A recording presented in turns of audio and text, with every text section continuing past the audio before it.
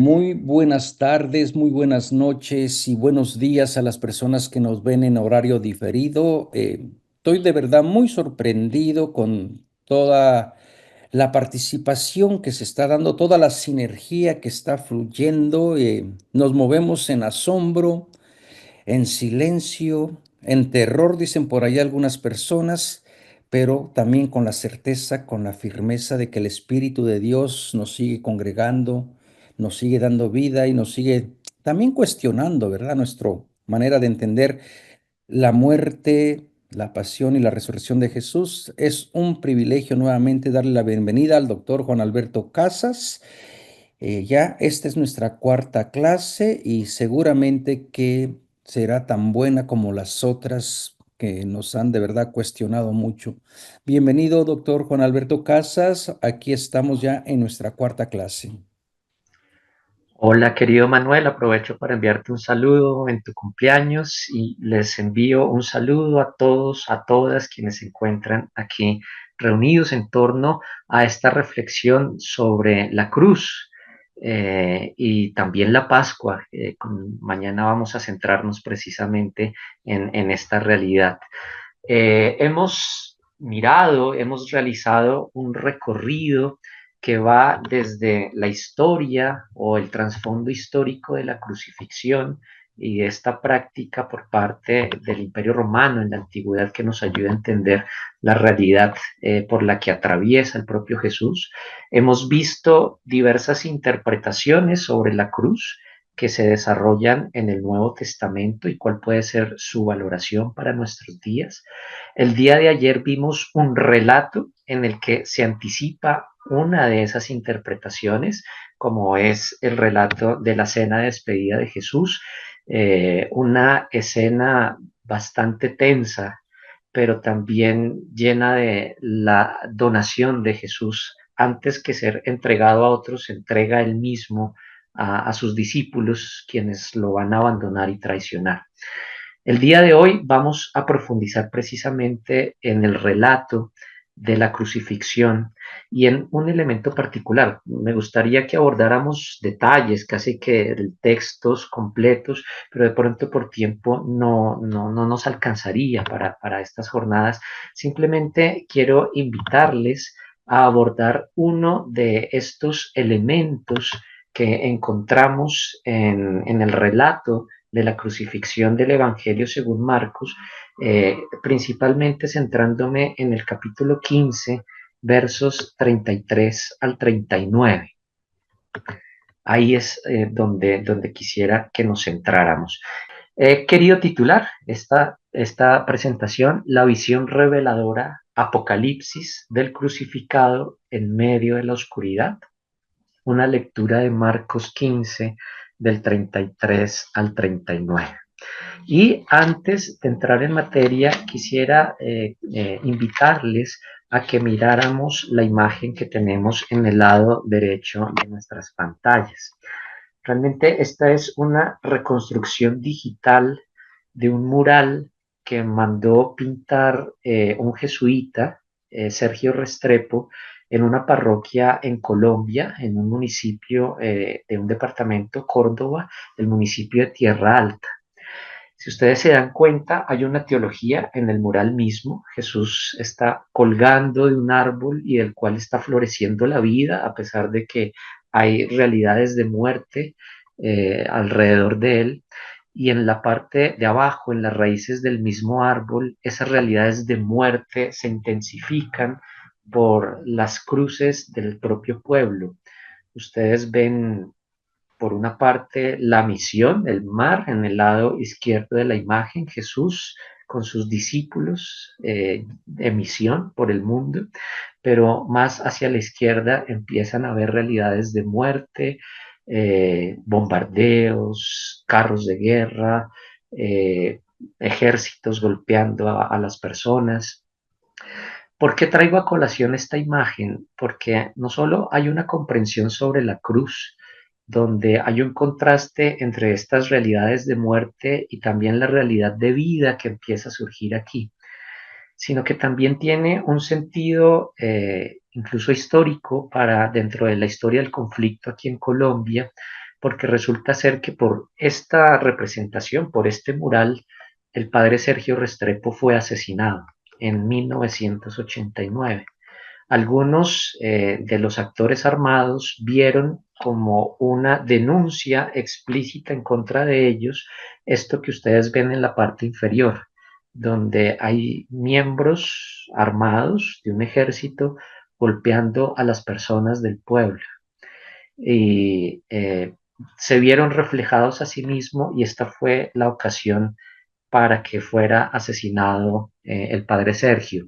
Después de su muerte, la parroquia ya fue entregada, los jesuitas la entregaron y el mural fue borrado.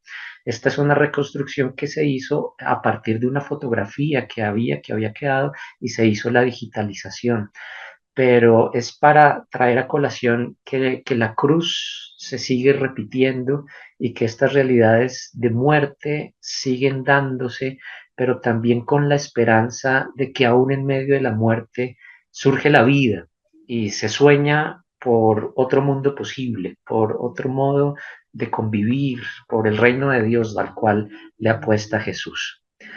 Vamos a mirar algunos elementos o aclaraciones preliminares de algunas precisiones que vamos a realizar precisamente a lo largo de esta presentación. Esto ya lo he comentado, simplemente lo leo de manera rápida. Cuando hablamos de pasión, ¿qué queremos decir con el término pasión?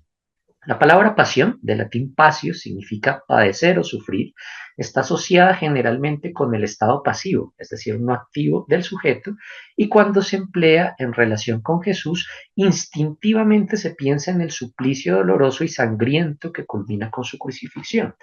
Si bien tal comprensión es correcta, resulta insuficiente para hablar de la pasión de Jesús. En el lenguaje coloquial, la pasión de una persona es aquello que la apasiona, valga la redundancia.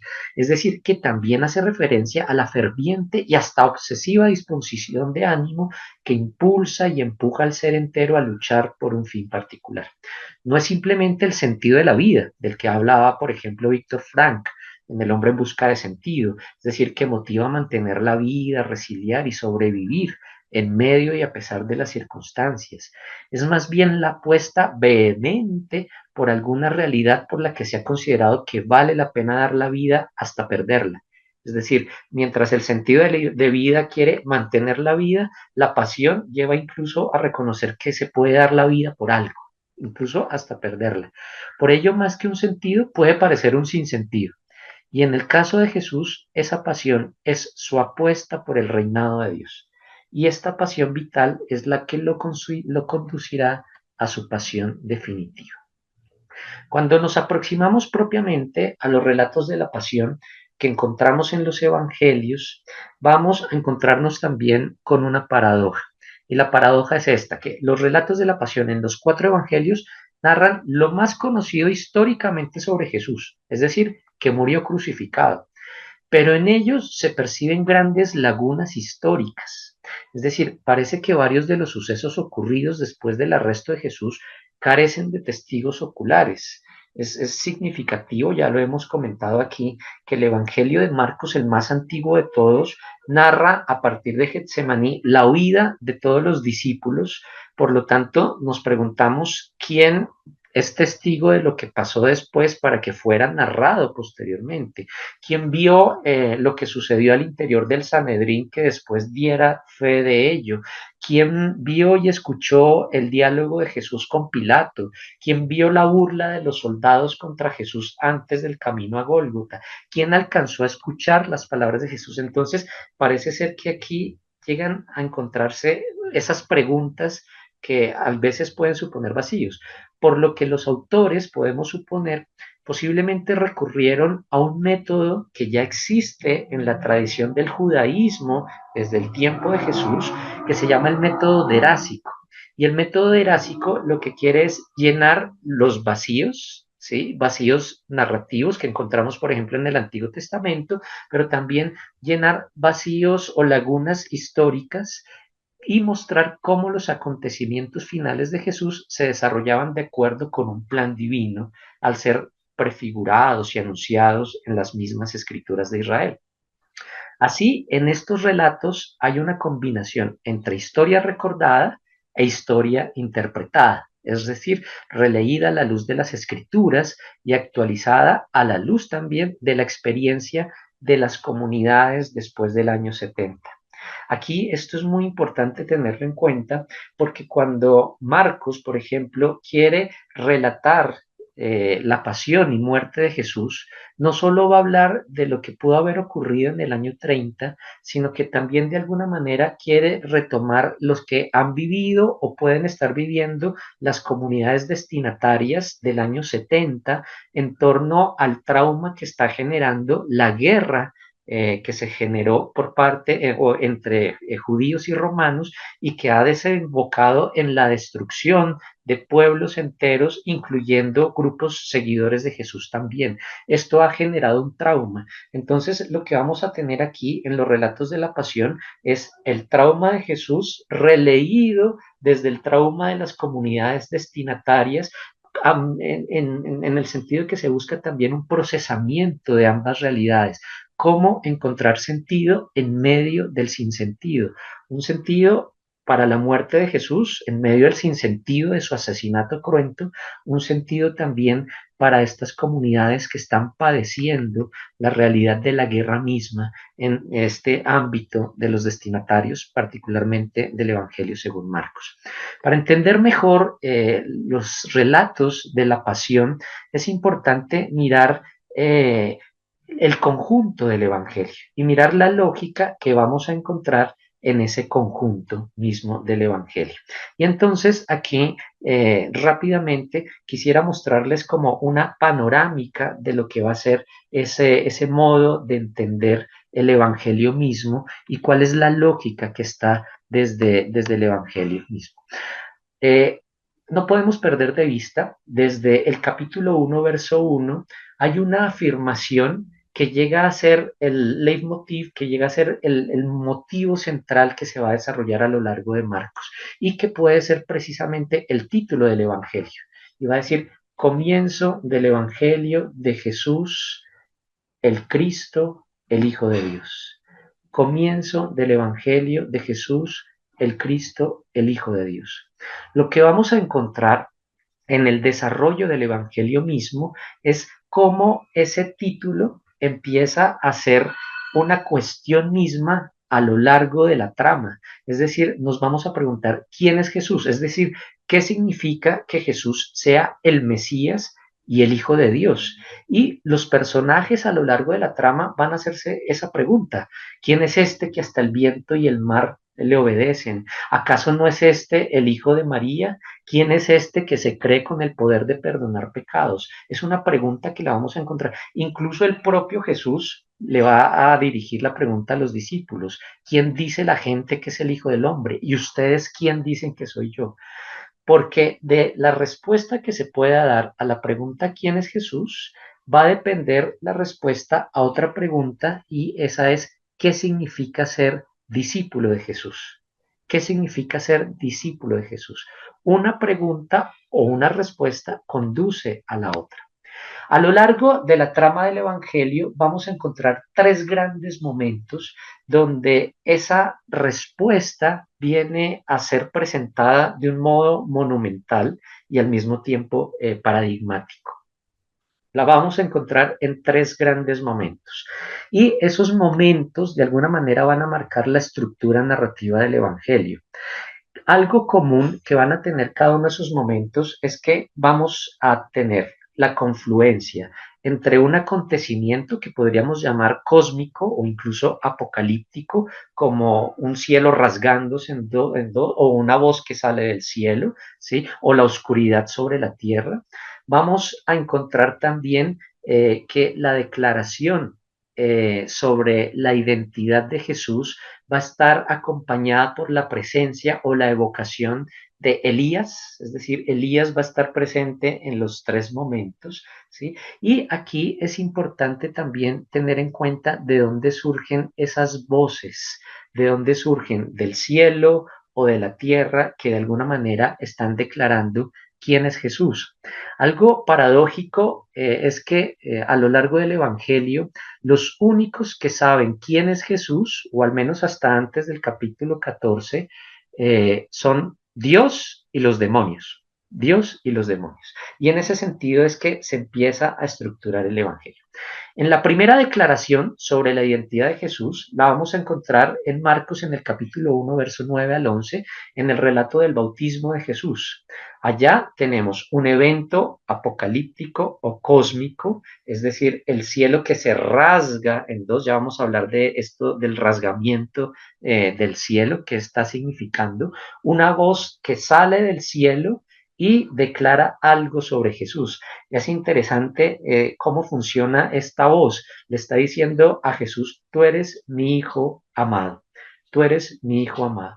Ahí uno puede preguntarse, ¿quién está escuchando esa voz? Parece ser que en ese contexto, desde la lógica de Marcos, el único que está escuchando la voz es Jesús. Le está diciendo, tú eres mi hijo amado. Nadie más parece ser que está escuchando la voz misma. Cuando ustedes llegan a la mitad del Evangelio, tenemos el relato que yo lo llamo aquí metamorfosis, pero tradicionalmente se llama la transfiguración de Jesús, ¿sí? Y aquí tenemos también un evento apocalíptico y tenemos la presencia de tres discípulos de Jesús, que es importante tenerlos en cuenta porque van a marcar también la gran paradoja y la ironía de la trama, que son los primeros en ser llamados por Jesús. En el capítulo 1 y van a aparecer a lo largo del Evangelio como un grupo privilegiado, un grupo con el que Jesús va a estar de una manera mucho más cercana, que es el grupo de Pedro, Santiago y Juan. Aquí hay en lo alto de la montaña un evento apocalíptico, una nube, ¿sí?, que está cubriendo la realidad, posiblemente evocando la fiesta de Sukkot por la misma reacción que va a tener uno de ellos, que es Pedro. ¿Quieres que construyamos tres chozas? Recordemos, en la fiesta de Sukkot o la fiesta de los tabernáculos o de las chozas, pues se quiere evocar el paso del pueblo por el desierto, allá en el Éxodo, y cómo la nube que se posaba en algún momento sobre el campamento, particularmente sobre la tienda del encuentro, representaba la Shekinah, es decir, la gloria de Dios que llegaba a habitar en medio del pueblo. Entonces, parece ser que este relato de la transfiguración puede ser una evocación de esa realidad de Sukkot, de la fiesta de las tiendas o de las chozas, ¿sí? Y aquí tenemos también una declaración que viene desde arriba y que llega a decir, este es mi hijo. Es interesante preguntarnos aquí quiénes son los que están escuchando esa declaración. Aquí parece ser que ya no es solo Jesús, porque esta declaración parece ser más demostrativa, es decir, este es mi hijo, escúchenlo a él, a él. Y se dice que Jesús está en medio de Elías y de Moisés, que representan de alguna manera las escrituras, el Antiguo Testamento, la Torá, el Pentateuco, cuya autoridad es Moisés, y los profetas, los Nevín, cuya autoridad va a ser Elías. Entonces, entre la Torá y los Nevín, entre Moisés y Elías, escúchenlo a él, a él. Este es mi hijo. Y muy curiosamente, cuando llegamos al final del Evangelio, hay otra realidad de declaración sobre la identidad de Jesús, pero ya no viene desde arriba, sino que viene desde abajo. Y viene del menos esperado, del que está matando a Jesús, que allá en 15:39 va a decir, verdaderamente este hombre era el Hijo de Dios. Hay también un suceso apocalíptico, la oscuridad sobre la tierra, el velo del templo que se rasga en dos, perdón. Hay una evocación a Elías, porque les decía que un elemento común también en cada uno de estos espacios es la evocación a Elías. Según el relato de la transfiguración, por ejemplo, se dice que Elías va a estar relacionado con Juan el Bautista. Al final Jesús les va a decir, en verdad les digo que ya vino Elías e hicieron con él lo que quisieron, haciendo referencia a Juan el Bautista, lo que supone que ya desde el relato del bautismo, Elías ya estaría presente en la persona de Juan el Bautista. Recuerden que según Malaquías, al final de su libro, se va a anunciar que antes de la llegada del Mesías vendrá Elías preparando su camino. Entonces aquí la figura de Elías va a ser tremendamente importante. Y cuando ustedes llegan al final, en el relato de la muerte en la cruz, algunos piensan que Jesús está evocando a Elías con estas palabras en arameo que él está expresando. Entonces, mira que ya tenemos aquí tres marcas textuales que de alguna manera quieren tratar de responder a esa pregunta. ¿Quién es Jesús? ¿Quién es Jesús? Y parece que esa respuesta tiene que ver con la filiación, con el hecho de que Jesús sea contenido como hijo. Esto nos va a marcar también una clave geográfica de división del Evangelio según Marcos. Desde estas tres partes podríamos pensar que la primera parte correspondería a la sección de Galilea, donde se va a desarrollar el conjunto principal del ministerio de Jesús. La segunda se correspondería a lo que se va a llamar la sección del camino, que va del capítulo 8:22 al capítulo 10:52, donde Jesús empieza el camino desde Galilea hacia Jerusalén. Es el camino en el que va instruyendo a sus discípulos sobre qué significa ser su discípulo, y también es el camino que conduce hacia la cruz. ¿Sí? Que conduce hacia la Pascua, que donde vamos a encontrar cortocircuitos. Aquí es donde se va a generar los primeros cortocircuitos o el clima del cortocircuito entre la relación de Jesús con los discípulos. Para finalizar, desde el punto de vista geográfico, con lo que se llamaría la sección de Jerusalén, que iría desde el capítulo 11 hasta el capítulo 16. Es muy interesante cómo incluso hay un contraste entre el inicio y el final del Evangelio según Marcos.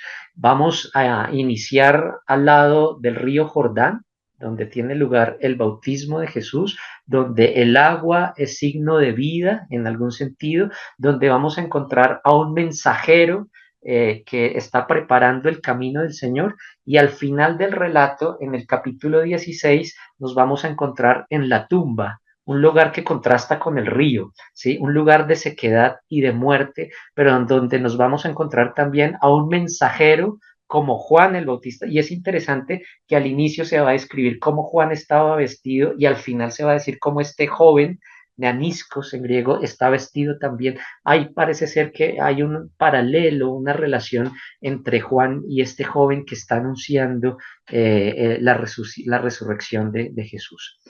Volvamos a la sección de Galilea, y desde el punto de vista del discipulado, para responder a esa pregunta de qué significa ser discípulo de Jesús, nos vamos a encontrar con relatos de llamadas, ¿sí? Y en esos relatos de llamadas vamos a encontrar a los primeros llamados, que son dos pares de hermanos.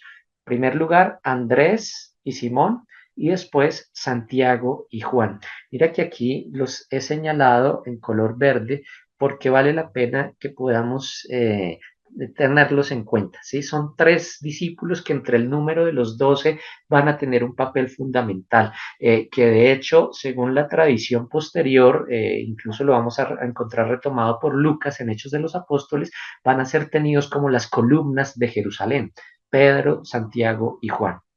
Tenemos un relato de seguimiento a los 12 en general, donde se dice que Jesús subió al monte y llamó a los que él quiso para que estuvieran con él, para enviarlos a predicar y a expulsar demonios.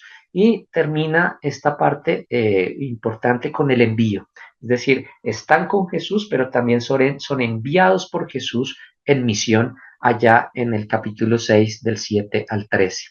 Es interesante encontrar que a medida como Jesús va desarrollando su proyecto de reino de Dios y de conformación de esta comunidad de seguidores más cercano, el número 2 es muy interesante porque está indicando una intencionalidad de renovación de Israel en el mundo bíblico. Cuando ustedes miren el número 12, 12 significa Israel, está relacionado con las 12 tribus, y en ese sentido los 12 que Jesús elige parece ser que representan esa intención de Jesús de renovar a Israel. ¿Sí? Entonces Jesús va a depositar una gran confianza en ellos, e incluso sus esperanzas, que como lo vimos ayer, parece ser que esa esperanza de alguna manera se puede truncar. Pero también empiezan a surgir realidades profundamente conflictuales. ¿Sí? Hay conflictos con las autoridades religiosas que no reconocen el mesianismo de Jesús e incluso lo critican, llegando incluso a pensar que Jesús está poseído por Belcebú, ¿sí? Y que es el nombre de Belcebú que le expulsa a los demonios, ¿sí? Es algo muy curioso y muy paradójico lo que tenemos aquí. Las autoridades religiosas, los que se suponen que estarían más capacitados para reconocer la llegada del Mesías, son los que más chocan con su llegada, pero también vamos a encontrar conflictos con los parientes y los paisanos de Jesús. Allá en el capítulo 3, ya lo hemos dicho, parece ser que la madre y los hermanos de Jesús no están entendiendo lo que Jesús está haciendo, creen que Jesús está fuera de sí. Además, en algún sentido, Jesús parece ser que ha deshonrado a su propia familia, no continuando el oficio del Padre, no en caso de que el Padre haya muerto, haya desaparecido, el texto no nos dice qué pasó con él. Jesús no está cuidando a su familia y el hecho de que se convierta en un predicador itinerante, pues está desligándose de su familia, cuando en un contexto patriarcal la familia llega a ser el punto de referencia central de identidad de la persona. Aquí parece ser que Jesús de alguna manera está siendo tomado por su propia familia como alguien que les genera deshonor y deshonra, y entonces empieza también un rechazo, hasta el punto que Jesús va a hablar de una nueva configuración de familia desde la óptica del reino de Dios. Y cuando le dicen tu madre y tus hermanos te buscan, la respuesta de Jesús es otra pregunta: ¿y quiénes son mi madre y mis hermanos? Y dice, y mirando alrededor de él, estos son mi madre y mis hermanos. Quien hace la voluntad de Dios, estos son mi madre, mi hermano y mi hermana. ¿Sí? Nunca dice mi padre, porque en la lógica del reino solo hay un padre, ¿sí? Pero familia de Jesús puede ser cualquiera que hace la voluntad de Dios. Tenemos una resignificación incluso de las relaciones familiares. Pero algo también curioso es que va a iniciar un conflicto con sus propios discípulos, con sus propios discípulos. Ya desde que ellos vuelven de misión, lo veíamos ayer, parece ser que ellos se consideran a sí mismos los protagonistas del envío y de todo lo que está sucediendo, y se les olvida que en realidad ellos son representantes de otro y un proyecto que es mucho más grande, y esto empieza a ir aumentando a medida que avanza el evangelio mismo. Cuando ustedes llegan a la sección del camino, y esto es clave para entender lo que va a pasar más adelante, la sección del camino está enmarcada en dos grandes curaciones. La curación del ciego de Betsaida, en el capítulo 8, verso 22 al 26, y la curación de Bartimeo, en el capítulo 10, 46 al 52. Ahí está enmarcada la sección del camino, que, como les acabo de decir, es una sección dedicada al discipulado.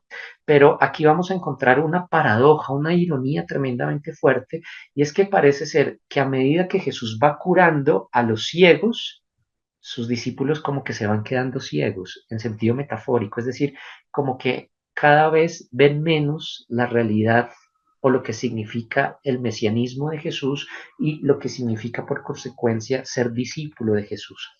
Hemos visto, lo vimos hace 2 días, lo que son los anuncios de la pasión que Jesús realiza en Marcos, pero lo que no hemos visto es la reacción que tienen los discípulos ante esos anuncios, y que llega a ser tremendamente fuerte. No perdamos de vista que frente al primer anuncio de la pasión, Pedro, que es uno de los tres, va a quedar no muy bien, ¿sí? Y al final del tercer anuncio de la pasión, los otros dos también se vienen abajo. Es decir, de alguna manera, esos tres que venían a ser como el núcleo central de los 12, de alguna manera están quedando en ridículo, y muestran su profunda ceguera frente a Jesús. El primero de ellos va a ser Pedro. Entonces, miremos el texto del primer anuncio de la pasión. Comenzó a enseñarles que el Hijo del Hombre debía sufrir mucho, ser reprobado por los ancianos, los sumos sacerdotes y los escribas, ser matado y resucitar a los 3 días. Hablaba de esto abiertamente. Tomándole aparte, Pedro se puso a reprenderle. Cuando ustedes miran el texto en griego, aparece un verbo epitimao, que significa, es un verbo, aquí lo traducimos como represión, pero es un verbo que se utiliza incluso en textos de exorcismos, ¿sí? Parece ser que Pedro está pensando que Jesús está poseído porque está anunciando que va a morir, y entonces lo que quiere es reprenderlo, casi como que Pedro quiere exorcizar a Jesús. Pero Jesús, volviéndose y mirando a sus discípulos, reprendió a Pedro. Mira, aquí tenemos casi como que un juego de ping-pong en torno a quién exorciza a quién. Reprendió a Pedro diciéndole, quítate de mi vista, Satanás. Una traducción desde el griego podríamos decir, el texto en griego dice, hopisomu, ponte detrás de mí, es decir, hazte discípulo. ¿Sí? No me vengas a mostrar el camino, ¿sí? Hazte discípulo, camina detrás de mí. Parece ser que en últimas puede ser un nuevo llamado, pero acompañado también de una represión profunda y mostrándole que Pedro no tiene una concepción profunda de lo que es ser seguidor de Jesús. No ha entendido qué significa ser seguidor de Jesús, aunque acaba de decir que Jesús es el Mesías. El problema es que no ha entendido qué tipo de mesianismo es el que está encarnando Jesús. Quítate o ponte detrás de mí, Satanás, porque tus pensamientos no son los de Dios, sino los de los hombres. Y empieza a hablar sobre unas condiciones del seguimiento, ¿sí?, de Jesús. Vámonos al segundo anuncio que está allá en el capítulo 9, verso 30. Y dice, y saliendo de allí iban caminando por Galilea, él no quería que se supiera porque iba enseñando a sus discípulos, les decía, el Hijo del Hombre será entregado en manos de los hombres, le matarán y a los 3 días de haber muerto resucitará. Pero mira el verso 32, pero ellos no entendían lo que decía y temían preguntarle. Llegaron a Cafarnaún y una vez en casa les preguntaba, ¿de qué discutíais por el camino? Mira, uno piensa, después de tremendo mensaje que Jesús les está diciendo, tremendo anuncio, diciéndoles que el Hijo del Hombre, que Él va a ser entregado, que va a ser matado, que va a ser crucificado, etcétera. Yo me imagino los discípulos están conversando entre ellos y me imagino a Jesús y de pronto esto les está dando muy duro, como que están aquí entrando en crisis por esto que les acabé de decir. De pronto me van a decir que quieren morir conmigo, que quieren dar su vida. Entonces Jesús les pregunta, bueno, ¿y ustedes de qué vienen conversando por el camino? Y mira la respuesta del verso 34. Ellos callaron, pues por el camino habían discutido entre sí quién era el mayor, quién era el más importante. Mira, Jesús les acaba de dar este anuncio y ellos están discutiendo otra cosa. Parecen sordos también, no están captando la realidad que se les está anunciando. Su preocupación es quién es el más importante, quién es el que tiene los primeros puestos de honor. Están en otra lógica. Cada vez se van disociando más de Jesús. Llegan ustedes al tercer anuncio de la pasión y miren, iban de camino, mira que siempre se está diciendo iban de camino, por eso esto se llama sección del camino, subiendo a Jerusalén y Jesús marchaba delante de ellos. Ellos estaban sorprendidos y los que le seguían tenían miedo. Sorpresa, miedo, mira que es otro elemento transversal aquí. Tomó otra vez a los 12 y comenzó a decirles lo que iba a suceder. Mirad que subimos a Jerusalén y el Hijo del Hombre será entregado a los sumos sacerdotes y a los escribas, le condenarán a muerte y le entregarán a los gentiles y se burlarán de él, le escupirán, le azotarán y le matarán y a los 3 días resucitará. Se acercan a él Santiago y Juan. Mira, Pedro ya quedó, no quedó muy bien. Ahora sigue Santiago y Juan, los hijos de Zebedeo, y le dicen, Maestro, queremos que nos concedas lo que te pidamos. Yo me imagino, Jesús, después de darles ese anuncio, ellos qué me irán a pedir. De pronto será que quieren morir conmigo, que quieren dar su vida, que quieren desgastarse por el reino.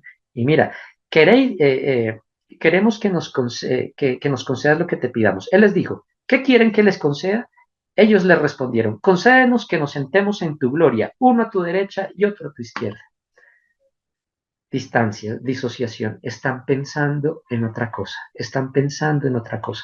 Entonces, mira qué interesante encontrar que hay curaciones de ciegos aquí, curación de ciegos al final, incluso vamos a ver una relación entre el primer ciego con lo que va a pasar con Simón Pedro. Es interesante también encontrar que, por ejemplo, según el cuarto evangelio, se va a decir que Pedro y su hermano Andrés eran de Bethsaida, es decir, la ciudad en la que Jesús realiza la curación del primer ciego. Y ustedes se van a dar cuenta en esa curación que es una curación procesual. ¿Sí? Inicialmente Jesús le aplica saliva y no empieza a ver bien, primero ve a hombres como si fueran árboles, parece ser que en ese ciego está de alguna manera representado también Simón, que no está viendo claramente. Cuando ustedes llegan a la curación de Bartimeo, hay una pregunta que le hace Jesús a Bartimeo, que es la misma que le hace Santiago y Juan. Y la pregunta que le hace Jesús a Bartimeo es: ¿qué quieres que haga por ti? La misma que le hace a Santiago y a Juan cuando les pregunta, bueno, ¿y qué quieren que les conceda? ¿Qué quieren que haga por ustedes? La respuesta de Santiago y Juan es: concédenos que nos sentemos, uno a tu derecha y otro a tu izquierda. La respuesta de Bartimeo parece ser mucho más sensata: maestro, que vea, que vea. Y se dice al final del relato de Bartimeo que le seguía por el camino, como si él sí hubiera entendido qué significa ser discípulo, seguir a Jesús por el camino, pero por el camino que conduce a la cruz. Cuando ustedes llegan a la sección de Jerusalén, todo este conflicto que estaba como en ebullición en esa olla a presión termina por explotar y encontramos los textos más fuertes del relato en 1450, en medio de la situación de la inminencia de su propia entrega y muerte, que Jesús se dice que está lleno de pavor y espanto y sudaba sangre. Dice: todos los discípulos abandonándole huyeron. Y podremos pensar aquí que no solo está el dolor que va a enfrentar con la tortura, las burlas y la muerte misma, sino que también va a enfrentar el dolor del abandono, el abandono de sus amigos, como lo veíamos el día de ayer, la traición del amigo, la negación del otro e incluso el grito de abandono por parte de Jesús, el grito de abandono al Padre. Hasta parece ser que el Padre lo ha abandonado. Desde esta perspectiva, Marcos nos presenta el relato del mayor fracaso. Nos presenta un relato que termina en sinsentido, en muerte, en abandono. Todo el proyecto del reino se ha venido abajo. En ese contexto es donde vamos a encontrar precisamente el desarrollo de los relatos de la pasión y muerte de Jesús. Por eso estoy poniendo la lupita aquí. Entonces vamos a hacer un zoom a la sección de Jerusalén y lo que nos vamos a encontrar en esa sección es precisamente una comprensión de la cronología. Algunos autores piensan que en la sección de Jerusalén tendríamos una semana, ¿sí? Podemos identificar precisamente una semana, identificando también qué sucede cada uno de los días. Por ejemplo, el primer día correspondería aproximadamente, porque se está contando desde atrás, sabemos que el 16.1 es el primer día de la semana, sabemos que el final del capítulo 15 es viernes, entonces de ahí la cronología se va a ir hacia atrás, porque vamos a encontrar que hay una marca de secuencia cronológica que dice al día siguiente, al día siguiente, al día siguiente, lo que nos permite reconstruir lo que está pasando aquí. Entonces podemos pensar: el domingo tenemos situación en Betania, camino, la entrada a Jerusalén, el relato del templo. Nuevamente termina en Betania. Parece ser que Jesús no se está quedando en Jerusalén, sino que tiene su centro de operaciones fuera de Jerusalén, es decir, en Betania. Al día siguiente, lunes, los relatos que va en el capítulo 11, verso 12 al 19, parte de Betania, tenemos el camino hasta Jerusalén, pasa por el templo y termina allá en la comprensión del templo como casa. El martes, nuevamente, del verso 20 al capítulo 13, verso 37, camino, Jerusalén, templo, monte de los olivos. No me detengo para llegar a los relatos propiamente de la pasión. El miércoles, que lo vimos precisamente el día de ayer, el relato de la cena en Betania mismo, en la casa de Simón el leproso. El jueves tenemos ya una estancia dentro de la ciudad, en la casa donde tiene lugar la cena de despedida, y ahora empieza propiamente el proceso de Jesús, los relatos ya de la entrega y del asesinato mismo. De la casa pasa a Getsemaní, al monte de los olivos, al Getsemaní, y de ahí ya es arrestado y conducido al lugar del sumo sacerdote. El viernes tenemos desde 15, del verso 1 al 41, ya los relatos finales que van del palacio de Pilato, el camino hacia el Gólgota y finalmente la muerte. Es interesante cómo a lo largo del Evangelio parece ser que Jesús está corriendo, es decir, sana aquí a un enfermo, después pasa un exorcismo, después calma la tempestad, después multiplica los panes y los peces para la gente, después predica parábolas, etcétera, pero cuando llegamos a la sección de Jerusalén parece ser que la narración se ralentiza. Desde un punto de vista cinematográfico, aquí ya se hace énfasis en los detalles, pasando día por día lo que está sucediendo, día por día. ¿Sí? Aquí mostrando la centralidad que tiene el relato. Y cuando ustedes llegan al viernes, ese proceso se hace mucho más lento, donde se nos va a describir incluso lo que va pasando casi que hora a hora, es en casi tiempo real. Nos vamos a encontrar aquí intervalos de 3 horas siguiendo el reloj militar romano, ¿sí? Por ejemplo, se va a decir en 15:1 muy de madrugada, posiblemente haciendo referencia a las 6 de la mañana. Más adelante se dice eran las 9 de la mañana en 15:25, dice al llegar al mediodía o la hora sexta en 15:33, las 12 del día, y termina diciendo en 15:34 y a eso de las 3 de la tarde. Entonces mira que aquí la descripción de los acontecimientos va a ser casi que milimétrica, ¿sí? Se va a llevar la sincronía de una forma pues muy detallada como tal. Nos vamos a centrar aquí. Y termina 15:42 al caer la tarde, los relatos del entierro, en 15:42, 6 de la tarde. Quiero que nos centremos de todo este relato de la cruz en los versos 33 y particularmente 37 al 39 del capítulo 15.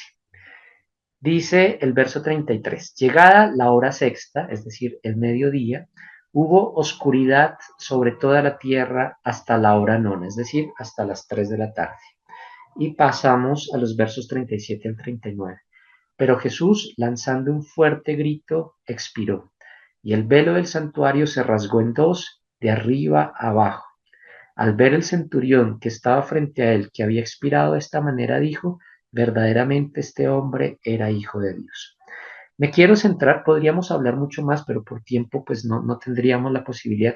Me quiero centrar en 3 elementos que aparecen aquí en estos versículos que estamos siguiendo. El primero de ellos es esto de la oscuridad sobre la tierra, cómo podemos entenderla, cómo podemos pensar en ella. El segundo tiene que ver con este fenómeno del rasgamiento del velo del santuario del templo. Y en tercer lugar, con respecto a la declaración del centurión ante el cuerpo muerto del crucificado Jesús. En primer lugar, miremos esta idea de la oscuridad sobre la tierra. Y esa oscuridad tiene algo que ver con esto que veíamos en la estructura del relato de Marcos, y es esa ceguera del corazón de los discípulos. Ya voy a hablar qué significa eso de la ceguera del corazón, ¿sí? Y la oscuridad sobre la tierra como signos del día del Señor. Vamos a hablar de eso.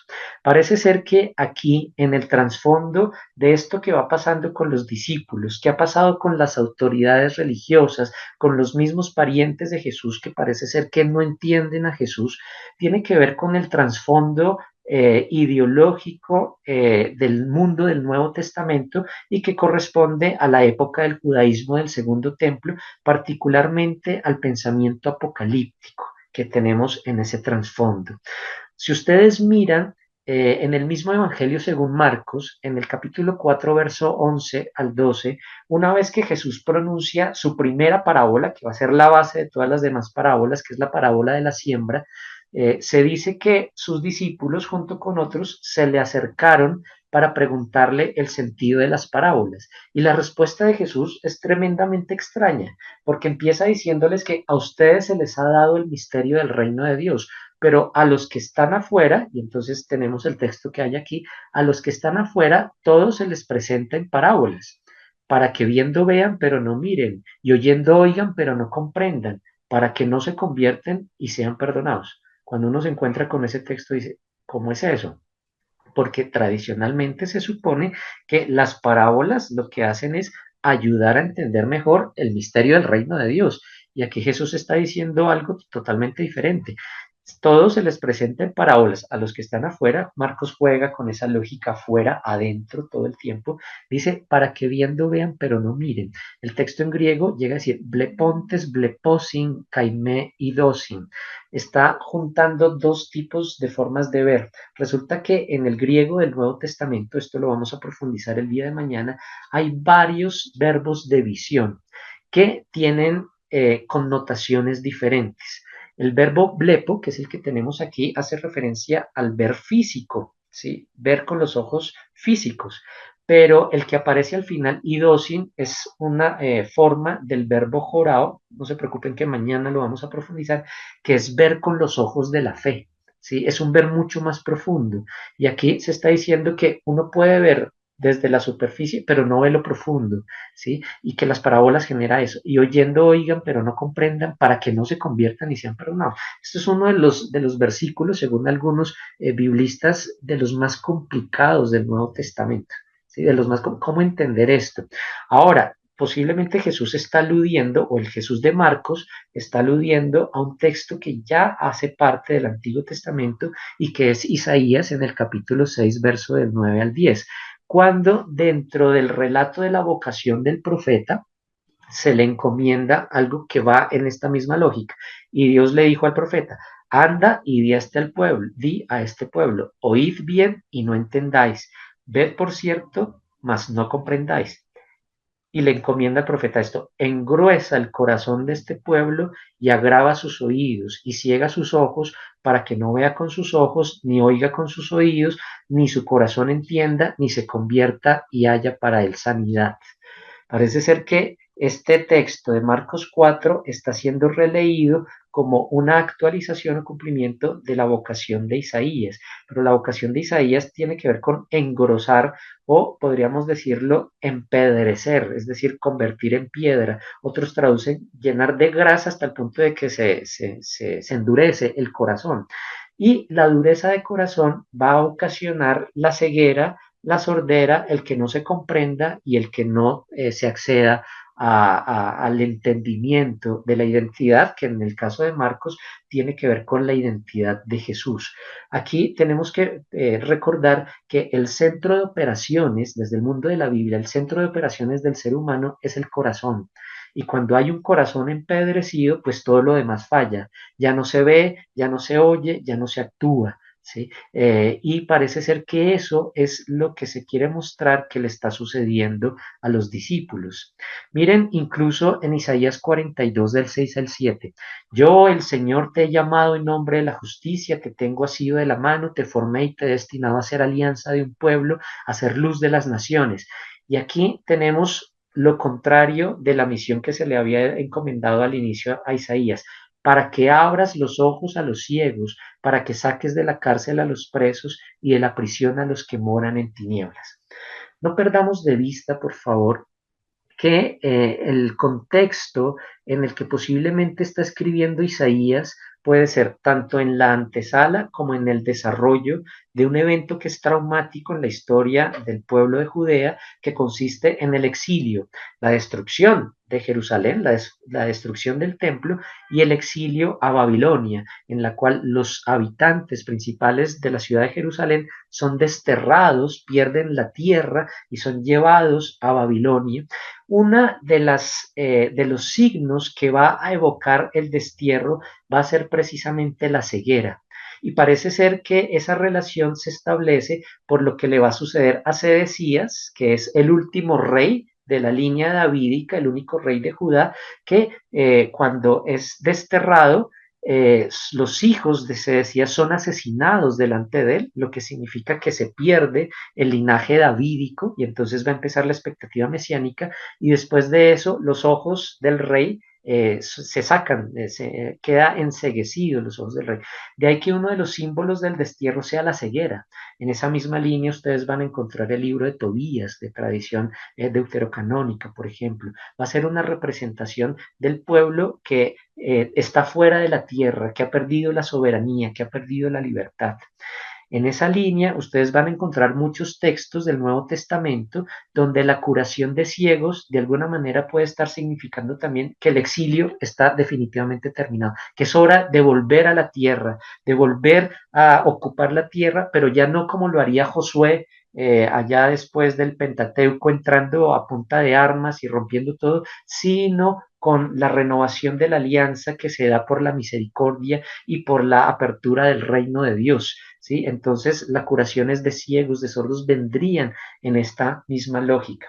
Sin embargo, si ustedes miran a continuación los versículos siguientes del capítulo 42, versos 6 al 7, donde la misión del profeta es abrir los ojos a los ciegos, el Señor constata algo en el propio Isaías. Y mira esto, sordos, oíd, y vosotros ciegos, mirad para ver. ¿Quién es ciego sino mi siervo? ¿Quién es sordo como mi mensajero que envié? ¿Quién es ciego como mi escogido y ciego como el siervo del Señor, que ve muchas cosas y no advierte, que abre los oídos y no oye? Mira que aquí ya desde Isaías se empieza a mirar una ironía, que aquel que ha sido llamado para abrir los ojos de los ciegos no está viendo bien, como los discípulos de Jesús, como los discípulos no están viendo bien y parece ser que hay un problema cardíaco de fondo, un problema del corazón, un corazón que se ha endurecido. Mírenlo en este texto, en el capítulo 8 de Marcos, versos 17 al 19. Resulta que acaba de acontecer la segunda multiplicación de panes y peces en territorio no judío, en territorio gentil.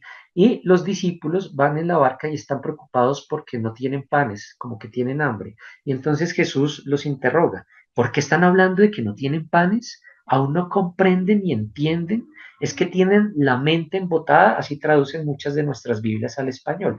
Pero si ustedes miran el texto en griego, aparece esta expresión, pepoporemenen egete tencardian gemón.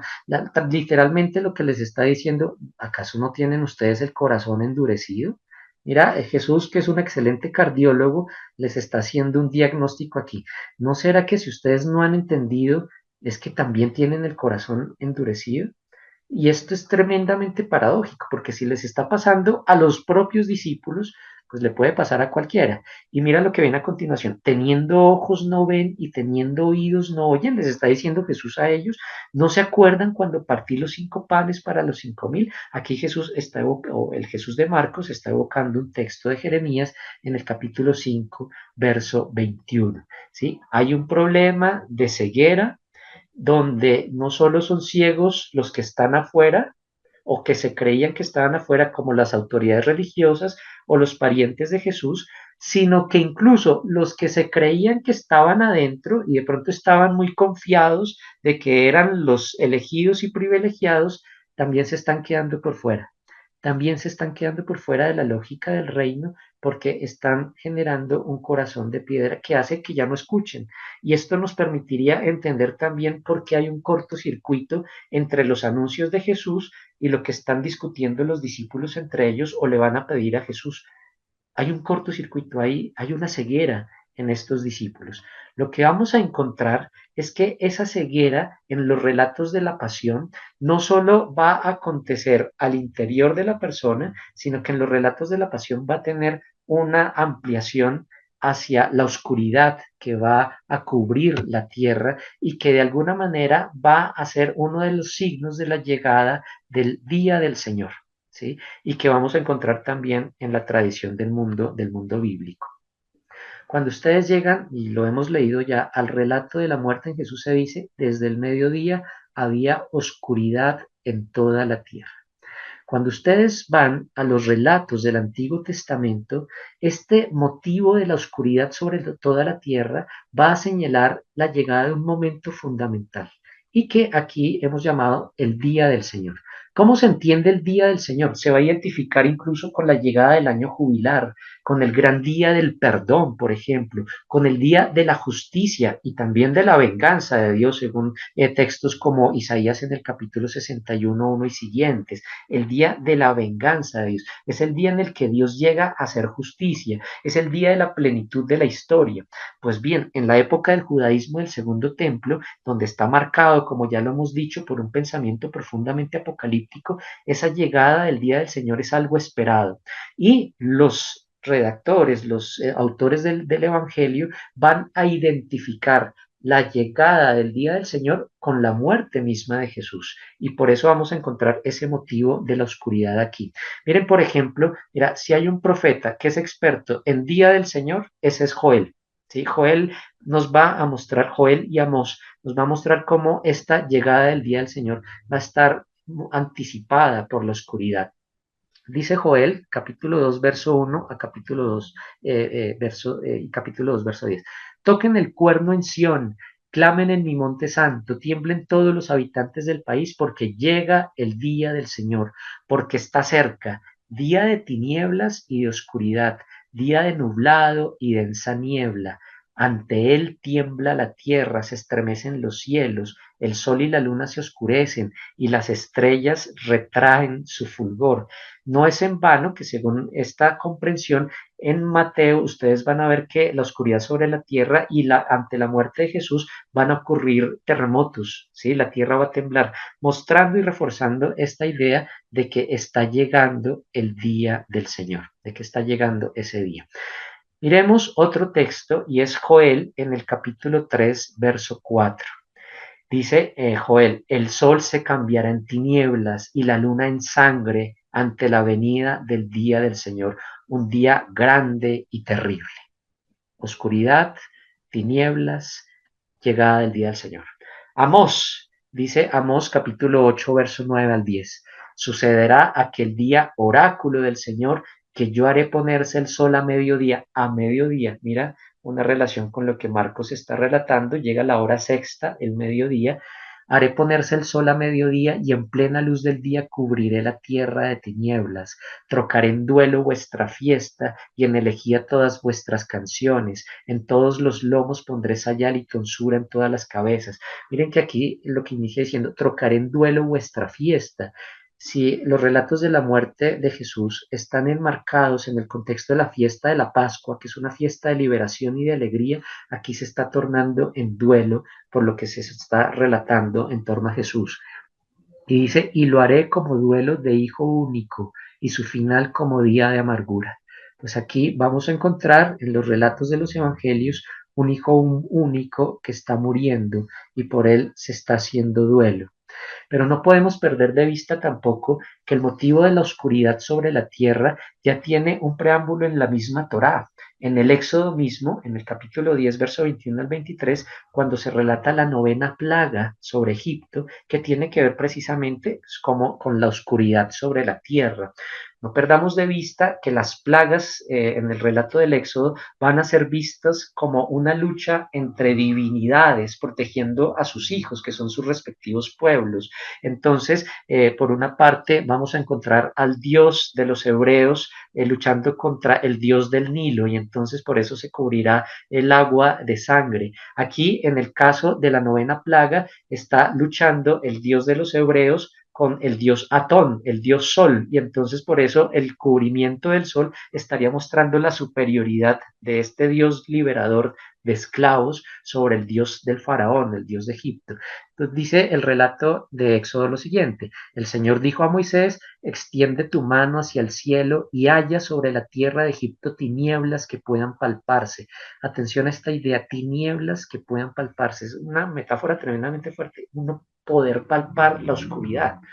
Extendió pues Moisés su mano hacia el cielo y hubo por 3 días densas tinieblas en todo el país de Egipto.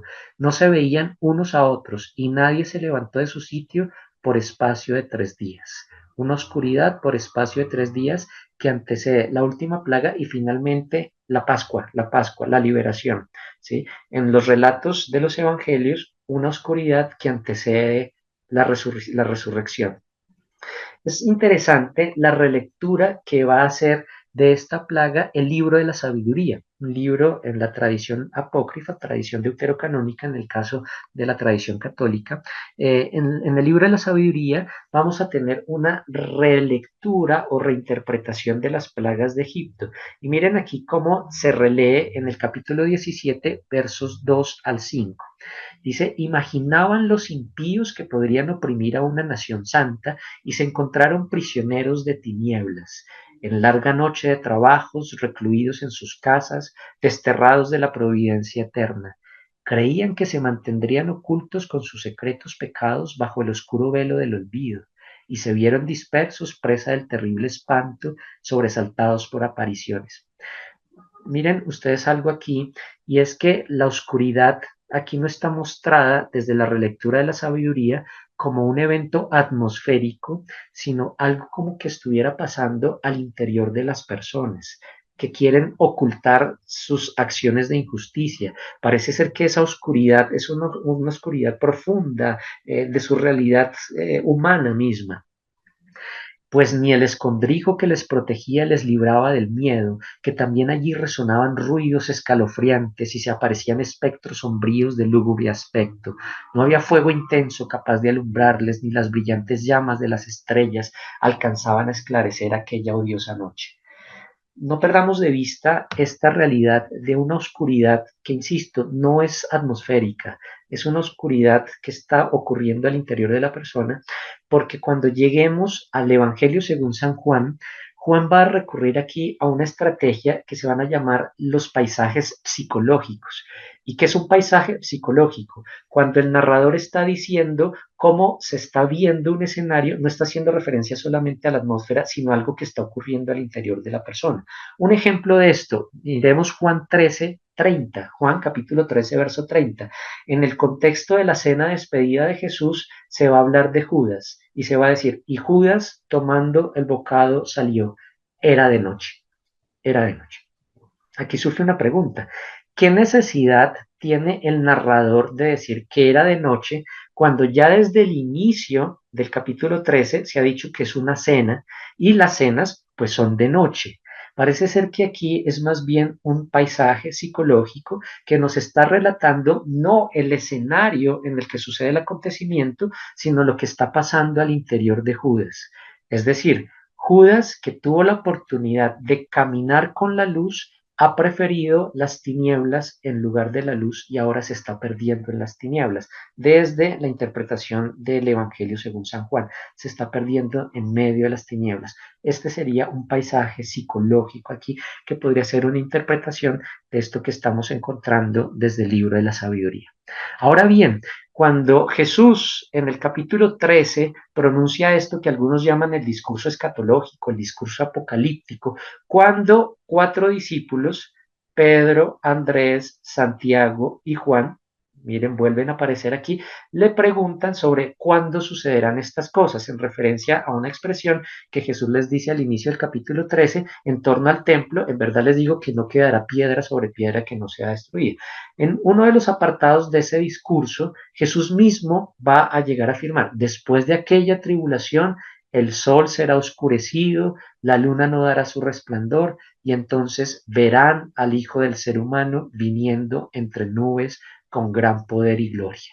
Aquí hay algo que se añade a la expresión de la oscuridad, y es que en medio de una ceguera, que ya no es simplemente ceguera de los discípulos, sino oscuridad, es decir, una ceguera cósmica, se va a empezar a ver, algo va a generarse donde se va a empezar a ver realmente, ¿sí? Entonces vamos a encontrar un contraste entre la oscuridad y esto que se empieza a ver precisamente en ese contexto mismo de oscuridad. Vámonos al relato donde tiene lugar esto y hay en medio de esa oscuridad un crucificado en absoluto abandono, abandono por parte de sus amigos, rechazo por parte de aquellos que lo seguían, traición, negación, que la negación es una traición también, y gritando desde la cruz, Eloí, Eloí, lema sabactani, un grito en el que esa sensación de abandono llega también al cielo mismo. Aquí quisiera retomar un texto corto de uno de los comentaristas del Evangelio según Marcos, se llama Joel Marcus. El Evangelio según Marcos, vienen dos volúmenes, este es el segundo volumen, y mira lo que dice Joel Marcus al respecto. Dice, el día del Señor es también una jornada de penumbra espiritual en la que la gente no solo se afligirá por su unigénito, sino también le será imposible oír la palabra de Dios. Ya escuchamos Amós 8. La oscuridad, pues, no es solo un prodigio de la naturaleza, sino un día de juicio, como el descrito en el relato de las plagas de Éxodo 10:21, una oscuridad que puede palparse, imaginen eso, y Jesús la siente. Jesús está palpando esa oscuridad lo está apretando, lo está matando. No es ningún accidente, por tanto, que la alusión a la oscuridad que envuelve al mundo vaya seguida inmediatamente por la mención del grito de abandono por parte de Jesús, allá en 15:34. En el caso de Jesús es una situación de verdadero abandono. Antes, en el relato de la pasión, Jesús ha sido abandonado, y el verbo que aparece en griego es cataleipo, por sus compañeros más íntimos, lo vimos en 14:50. Y en la escena de la crucifixión, hasta los criminales condenados con él le han privado de toda compasión, se dice que ellos también lo increpan. Ahora, en un momento tan trascendental, parece haber sido abandonado, y mira que es el mismo verbo para que hace referencia al abandono de los discípulos, el cataleipo, también por Dios, también por Dios.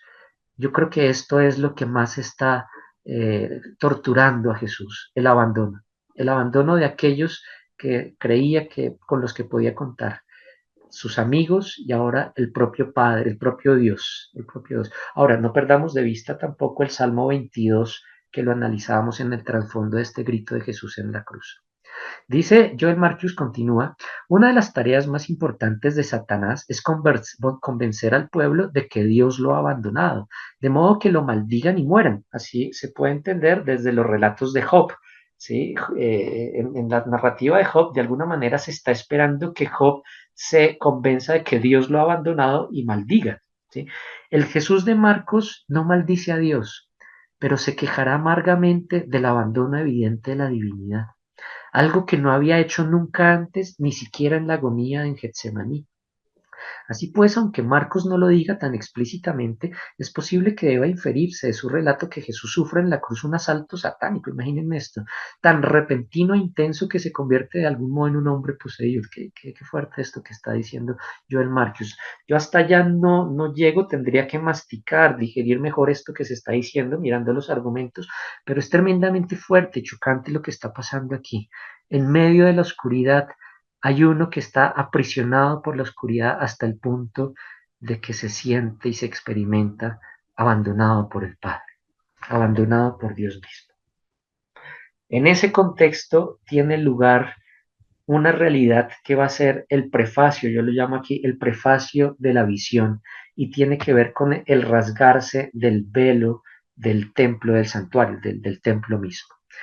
Aquí es evidente la conexión, por eso mirábamos al inicio la estructura del Evangelio según Marcos, porque es evidente la conexión entre el rasgarse de los cielos en el bautismo en agua de Jesús, al inicio del Evangelio, en el capítulo 1, verso 10, en que la rasgadura o desgarramiento, aquí tenemos el verbo esgizómenos, de los cielos, propicia el descenso del Espíritu sobre Jesús como una paloma, y la proclamación de Dios sobre Jesús como su Hijo amado, y el rasgarse, esquisse del velo del santuario, que sería una representación del firmamento celeste. Algunos piensan que ese velo tendría pintado, decorado, estaría decorado con el firmamento celeste en el bautismo en sangre, haciendo referencia a la respuesta de Jesús a Santiago y Juan cuando ellos le piden sentarse uno a la derecha, a la izquierda, Jesús le va a responder, ustedes son capaces de beber la copa que yo voy a beber y de ser bautizados en el bautismo en el que yo voy a ser bautizado, es decir, ser sumergidos en la muerte por la que yo voy a pasar, ¿sí? Entonces, por eso hablo aquí de bautismo en sangre de Jesús en 15:38, que propicia la proclamación del centurión sobre Jesús como hijo de Dios. Este rasgarse es muy importante en la misma teología de Marcos. Si ustedes se dan cuenta, en el relato de bautismo de Jesús, en los demás evangelios, nunca se va a utilizar el verbo esquizo, el rasgamiento, sino que se dice que los cielos se abrieron. No es lo mismo que los cielos se abran a que los cielos se rasguen. ¿Sí? Piensen ustedes en un saco que tiene cremallera. La crema, lo que se abre se puede cerrar, la cremallera se sube y se puede bajar. En cambio, si yo lo rasgo, difícilmente se puede componer. Lo rasgado rompe una frontera y en este caso la frontera posiblemente hace referencia a un muro que divide lo sagrado de lo profano, lo divino de lo criatural o de lo humano. Pues con ese rasgamiento se rompe cualquier frontera y entonces ya no va a haber algo sagrado y algo profano, sino que todo será sagrado. Ya no va a haber algo divino y algo no divino, sino que todo va a ser divino. La comunicación entre la divinidad, la criatura y el creador se establece y parece ser que ese rasgamiento en el cielo y en el santuario tiene que ver con esa misma realidad. En ambos casos, incluso lo que sigue inmediatamente a esta apertura o rasgamiento simbólico de los cielos desde una perspectiva apocalíptica corresponde a una revelación. En el relato del bautismo, las palabras que bajan de la nube, este es, tú eres mi hijo amado. En el caso de la crucifixión, las palabras que vienen desde abajo por parte del centurión, verdaderamente este era el Hijo de Dios. Ustedes pueden mirar también en Hechos de los Apóstoles, en el capítulo 7:56, antes del martirio de Esteban, él mismo dice, estoy viendo a los cielos abiertos y al Hijo del Hombre bajar en las nubes del cielo, que va a ser el motivo para su lapidación. Y en Hechos capítulo 10, verso 11, es la visión que tiene Pedro en la casa de Cornelio, que el cielo se abre y baja como un manto lleno de comida, que ustedes lo encuentran allá. Se rasgan los cielos y hay una revelación. Esto también lo pueden encontrar en el capítulo 14 de Marcos, versos 60 al 63, cuando ante la respuesta de Jesús al sumo sacerdote, está en el juicio en el Sanedrín, y en verdad te digo que verás al Hijo de Dios viniendo entre las nubes del cielo. Se dice que el sumo sacerdote rasga sus vestiduras, ¿sí? El vestido del sumo sacerdote también es rasgado, hay una revelación, pero no perdamos de vista que el rasgamiento de los vestidos en el Antiguo Testamento puede ser también un signo de duelo, ¿sí? De duelo. Piensen, por ejemplo, en el libro segundo de Samuel, en el capítulo 13, ante la violación de Tamar. Hay un duelo porque se ha perdido el honor, entonces se rasgan los vestidos, se ha perdido la misma condición, ¿sí? Allí en 1460 el vestido del sumo sacerdote es rasgado como el velo ante la revelación de la identidad de Jesús como el Hijo del ser humano que vendrá entre nubes a la diestra del poder. En todo este trasfondo está Isaías. Mira que Isaías nos está acompañando para entender a Marcos. Isaías 63, 19 al 64 dice, ah, si rasgases los cielos y descendieses ante tu faz, los montes se derretirían como prende el fuego en la hojarasca, como el fuego a servir el agua, para dar a conocer tu nombre a tus adversarios y hacer temblar a las naciones ante ti. Aquí, en todos estos casos, hay cielos que se rasgan o cortinas que representan el cielo que se rasgan, y a continuación se está dando a conocer tu nombre. Y es interesante, a tus adversarios, ¿sí? A los que menos esperaría que se diera a conocer el nombre, se está dando a conocer. En ese sentido, pasemos al tercer elemento, y es mirar cómo en medio de la oscuridad los ojos menos esperados se empiezan a abrir.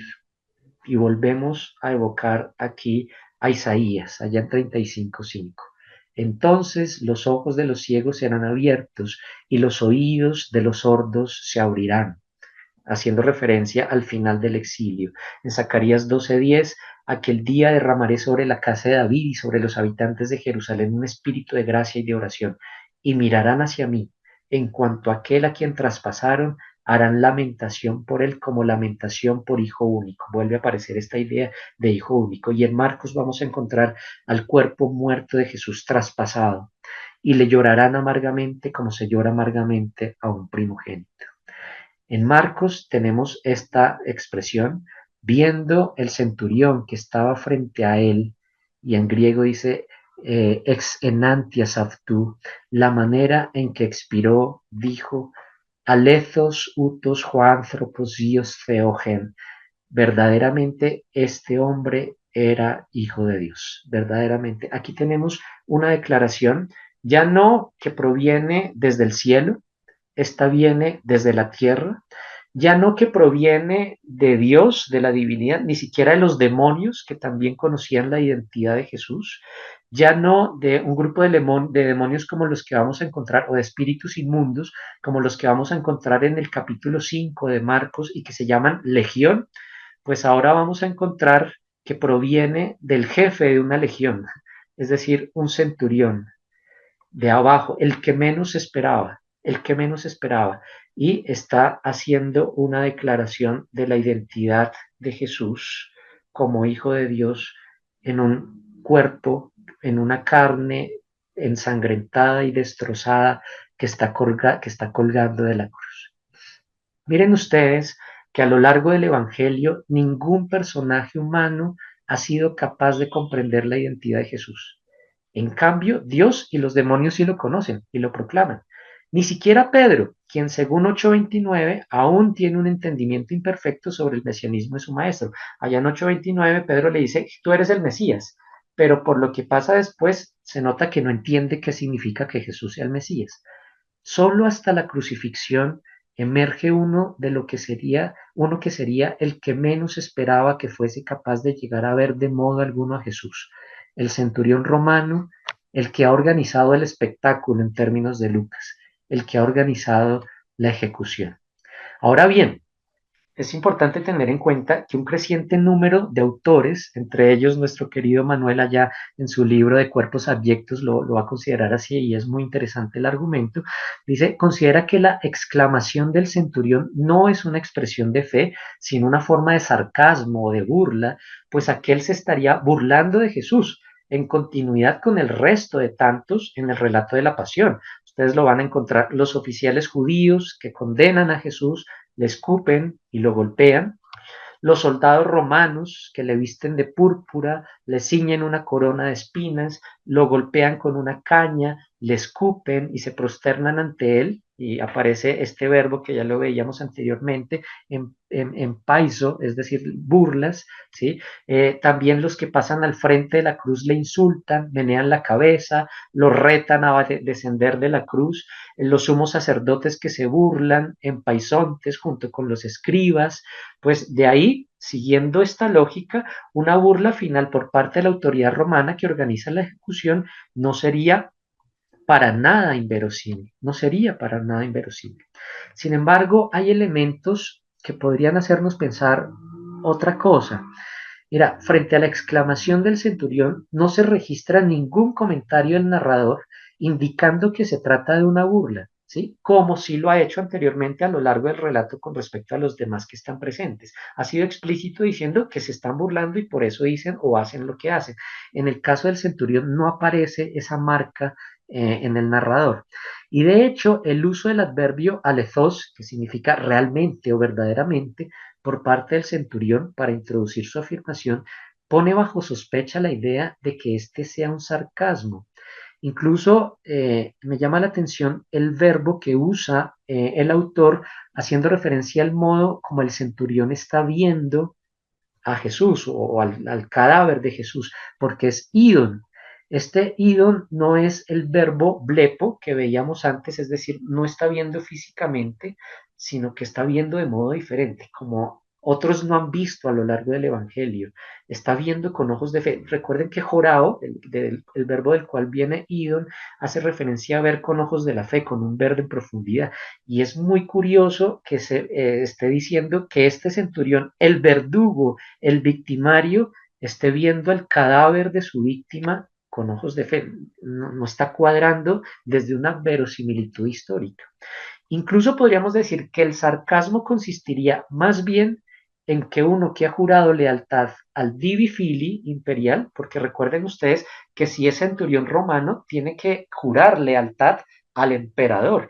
Y el emperador, uno de los títulos que tiene desde Augusto es divi fili, es decir, hijo del divino, haciendo referencia a el tío de Augusto, que es Julio César, y que ha sido divinizado, ha tenido una apoteosis y ha sido puesto en el panteón de las divinidades romanas como tal. Entonces, si hay uno que es llamado Hijo de Dios en el mundo en el que Jesús vive, es el emperador. Y los que pertenecen a las legiones, y sobre todo los centuriones, que son los que comandan las legiones, deben jurar lealtad al Hijo de Dios por excelencia, que es el emperador. Pues aquí tenemos al centurión diciendo que otro, diferente al emperador, es el Hijo de Dios. Parece ser que el sarcasmo está más bien ahí. ¿Cómo es que el evangelista pone en labios del centurión, el que lo está matando, esta declaración cuando sería lo menos esperado encontrar aquí.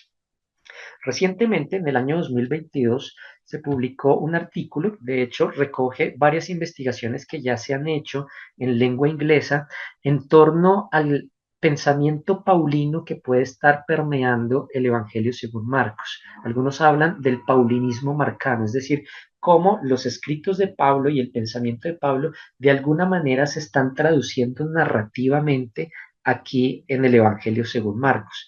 En ese sentido, el profesor Carlos Gil publicó este artículo que se llama El Evangelio de Marcos, testigo del Evangelio de Pablo, y va a hablar en este sentido también del centurión. Dice, el centurión personifica en el relato marcano el contenido paulino del Evangelio que descubre en la cruz la filiación divina de Jesús como fuerza de Dios cuando los demás ven vergüenza y debilidad. Su muerte es para Pablo la revelación de una reconciliación que Dios realiza, no tomando en cuenta las transgresiones ni castigando a los verdugos de Jesús como el centurión. Este representa como nadie lo que Pablo desea que todos descubran en la cruz, que aquella muerte es la que reconcilia a los enemigos. Aquí evoco nuestro encuentro pasado sobre las interpretaciones de la muerte de Jesús y cómo va a tener lugar una interpretación paulina que ve en la cruz la posibilidad de reconciliación, la posibilidad de la reconciliación. Incluso vamos a encontrar aquí un parangón entre la experiencia misma que Pablo tiene ante el crucificado y la de este centurión como personaje narrativo del mismo evangelio. Dice Carlos Gil lo siguiente, ambos, centurión y Pablo, ven al crucificado e identifican en él una paradoja, ¿sí? Lo que tradicionalmente puede ser visto como un escándalo o una necedad, allá está siendo visto como la revelación del Hijo que está colgando el madero. Dos, ambos confiesan la filiación divina de Jesús en la cruz sin referencia explícita a la resurrección. Todavía no aparece esa idea de resurrección. Se está declarando que es el Hijo de Dios sin que haya resucitado. Tres, ambos parecen desconocer la vida de Jesús antes del acontecimiento de la cruz. ¿Sí? El centurión no sabe nada de Jesús antes de que llegara ante él para ser condenado. Parece ser que Pablo, al menos en lo que encontramos en los escritos, pues no hay ninguna referencia al ministerio de Jesús. Cuatro, ambos son ajenos al grupo de allegados vinculados a Palestina, ya sean los 12, los seguidores o seguidoras o la familia de Jesús. El centurión es otra cosa y Pablo también. Pablo no va a estar vinculado con estos seguidores, con los 12 o con los parientes de Jesús. Cinco, ambos son el último de todos en ser encontrados por Jesús.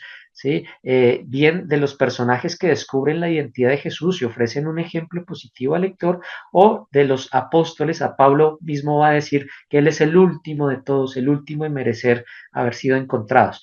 Para un lector ignorante de este trasfondo paulino, el Evangelio de Marcos, las palabras del centurión podrían resultar, tanto en el plano del relato como en el del discurso, una locura o una necedad, puesto que nada invita a reconocer en aquel crucificado ninguna dignidad, ningún honor. Aquí parece ser que estamos encontrándonos con lo que se va a llamar la ironía marcana. El último, el que menos se pensaba, que es el que empieza a reconocer la identidad de Jesús, el que lo está matando. El extranjero no es judío, no es autoridad religiosa, no conoce las escrituras, es el extranjero el que lo ha matado, el que lo está matando, el que dirige la ejecución, el que lo ha atravesado, el que menos esperaba, ahora es el que está reconociendo al crucificado. Para cerrar, digamos unas palabritas en torno a la relectura de este relato marcano de la cruz en contextos de violencia, pero también de violencia donde hay un llamado a la reconciliación, a la apertura de las miradas. Esto es un fragmento de un texto que escribí ya hace algún tiempo que ustedes pueden encontrar en internet completo, que es sobre la hermenéutica bíblica en contextos de conflicto armado. Dice así, leyendo la realidad y la Biblia con asociaciones de familiares de víctimas de la violencia, que este es un ejercicio que hemos hecho desde la universidad, y cómo podemos no solo interpretar los textos, sino leerlos y releerlos a la luz de la realidad y a la luz de la realidad de conflicto por la que estamos viviendo actualmente. Se ha descubierto un motivo teológico del Nuevo Testamento. Es decir, el potencial que tienen las víctimas de transformar la mirada de los victimarios cuando son puestos uno frente a otros. Esto parece ser que es una convicción, insisto, transversal en el Nuevo Testamento. Las víctimas pueden transformar la mirada de los victimarios cuando son puestos unos frente a otros. Y más allá de recriminaciones o ofensas, emergen sus relatos y afloran sus dolores. Esto es el cambio de mirada del centurión frente a la realidad de su víctima crucificada, convirtiéndose en el único en haber reconocido la identidad profunda de Jesús, según Marcos 15:39, el texto que estamos mirando. Pero también lo vamos a ver en Hechos de los Apóstoles, allá en el capítulo 9, verso 17. Es curioso que en Hechos de los Apóstoles se pone mucho énfasis en lo que pasa con Saulo. Y mira que en el relato de Saulo se habla también que él ha quedado ciego, ¿sí? Está en una situación en la que no ve nada. Curiosamente, no se tiene en cuenta lo que pasa en la escena siguiente con uno de los perseguidos de Saulo, que se llama Ananías, y se dice que tiene una visión en la que el Señor le dice, ve a la casa de un tal fulano y pregúntale por un tal Saulo. La respuesta de Ananías es, Señor, mira, ese es el que nos ha perseguido, tiene cartas aquí del Sanedrín, ¿cómo es que me vas a mandar allá a la boca del lobo? Y que el Señor le dice, tú ve y obedeces. Cuando llega Ananías a la casa donde está Saulo, uno se esperaría que Ananías le dijera, mire, si ve usted que me perseguía, usted que es el victimario, usted que es el verdugo, mire cómo está pasando. Ay, las palabras de Ananías no son esas. Las palabras de Ananías es, Saulo, hermano, hermano, el Señor me ha enviado ante ti. Y lo que vamos a ver a continuación es que las escamas caen de los ojos de Saulo, no por acción divina directamente, sino por lo que Ananías está haciendo en Saulo. La víctima está sanando a su victimario, le está cambiando la mirada, le está haciendo ver de una realidad diferente. Esto es algo tremendamente fuerte que pasa tanto en el centurión con Jesús, con Saulo, con Anías y Ananías. Es la caída de las escamas de los ojos de Saulo ante las acciones de Ananías, uno de sus perseguidos, quien en lugar de llamarle enemigo o victimario, le llama Saúl, hermano, hermano. En Colombia se presenciaron dichas transformaciones en los encuentros sostenidos entre los grupos de víctimas y los dirigentes de las FARC durante los diálogos de La Habana. Después de décadas de sufrimiento y odios acumulados, el perdón era seguido por lágrimas y abrazos entre ambas partes. Pero aquí quiero hacer una aclaración muy fuerte, teniendo en cuenta, por supuesto, que el perdón es inexigible. Es decir, a nadie se le puede exigir que perdone, a nadie, porque si sucede esto, lo que se hace es revictimizar a la persona. El perdón surge de manera espontánea y en el momento que es. No se le puede, a nadie se le puede pedir que perdone, ¿sí? Porque se puede revictimizar. Cierro el paréntesis.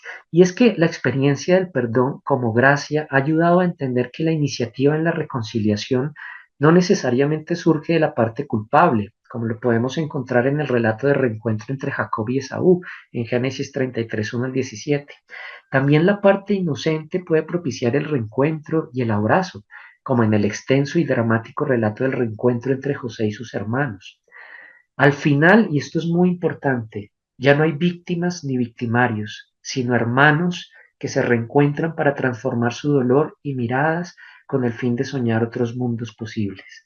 Y aquí es lo que tenemos ya como antesala para lo que vamos a profundizar el día de mañana, otros mundos posibles que suscita la Pascua, que suscita una mirada en la que ya no hay oscuridad.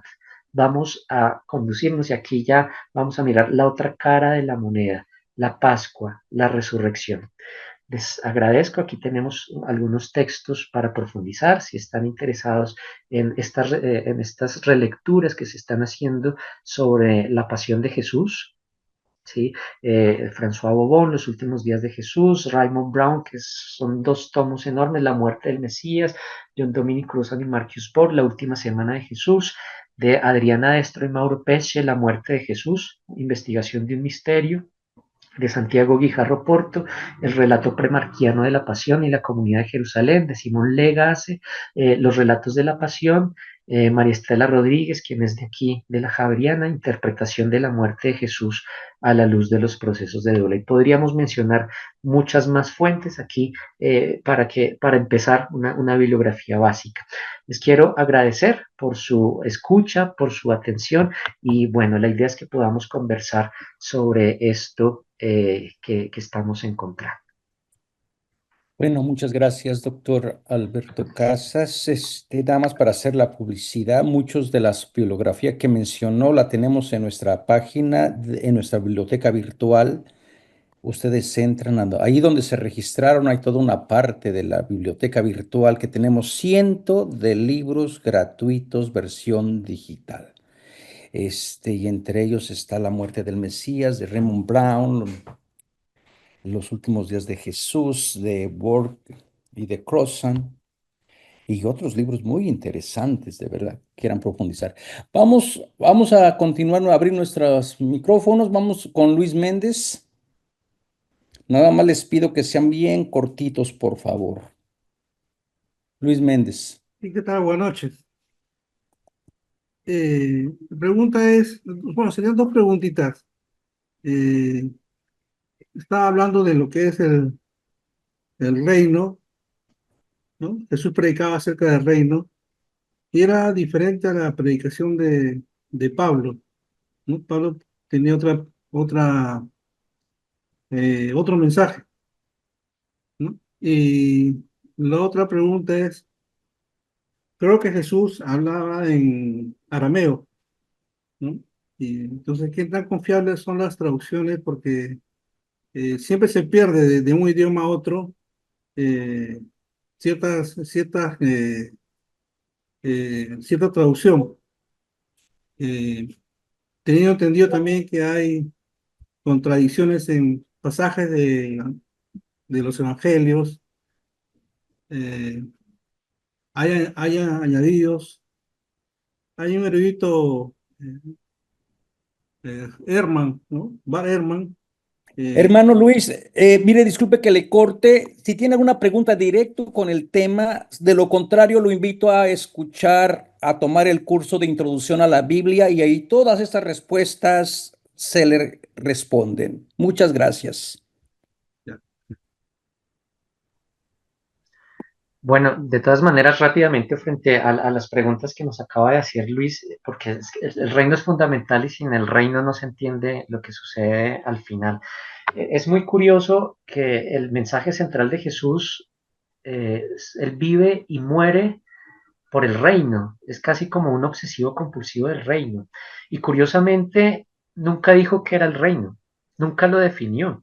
Es curioso, no vamos a encontrar en labios de Jesús, puesta por los evangelistas, una definición del reino de Dios.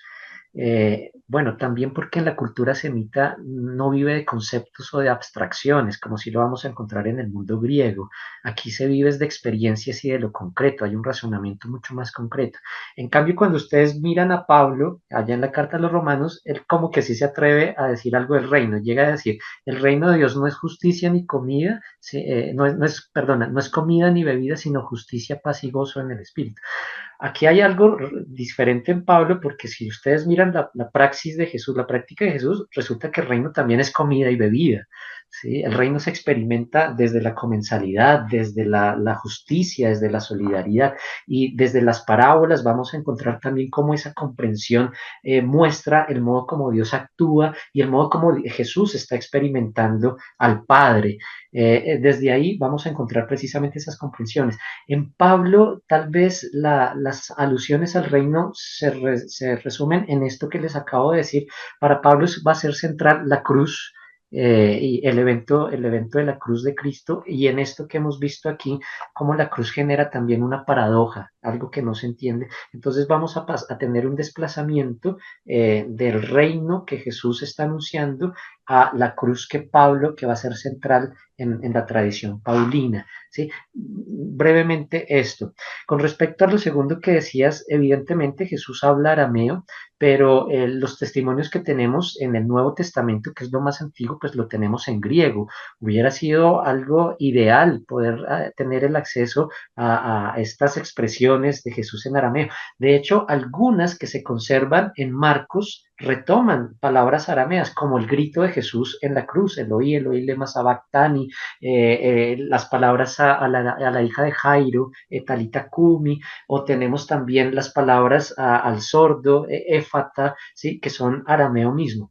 Hay un libro interesante del profesor Vicente Haya que se llama El arameo en sus labios y que de alguna manera quiere recuperar expresiones lingüísticas como hubiera sonado, por ejemplo, la oración del Padre Nuestro en los labios de Jesús. ¿Sí? Entonces él tiene como esta intencionalidad recuperar el sentido que pudieron tener algunas expresiones pues que nos han llegado en griego, pero cómo pudieron haber sonado en el arameo. Sí, ahora bien, yo aquí frente a una obra como esta tengo también un reparo y es que como no tenemos fuentes directas del arameo, sino que las traducciones fueron después del griego al arameo, pues tenemos también un proceso en el que se ha perdido lo que uno pudiera inferir que Jesús hubiera dicho en sentido literal. Se hablaría las ipsísima verba Jesús, es decir, las mismísimas palabras de Jesús. Llegar hasta allá creo que mientras no se invente una máquina del tiempo, sería muy difícil hacer esa recuperación.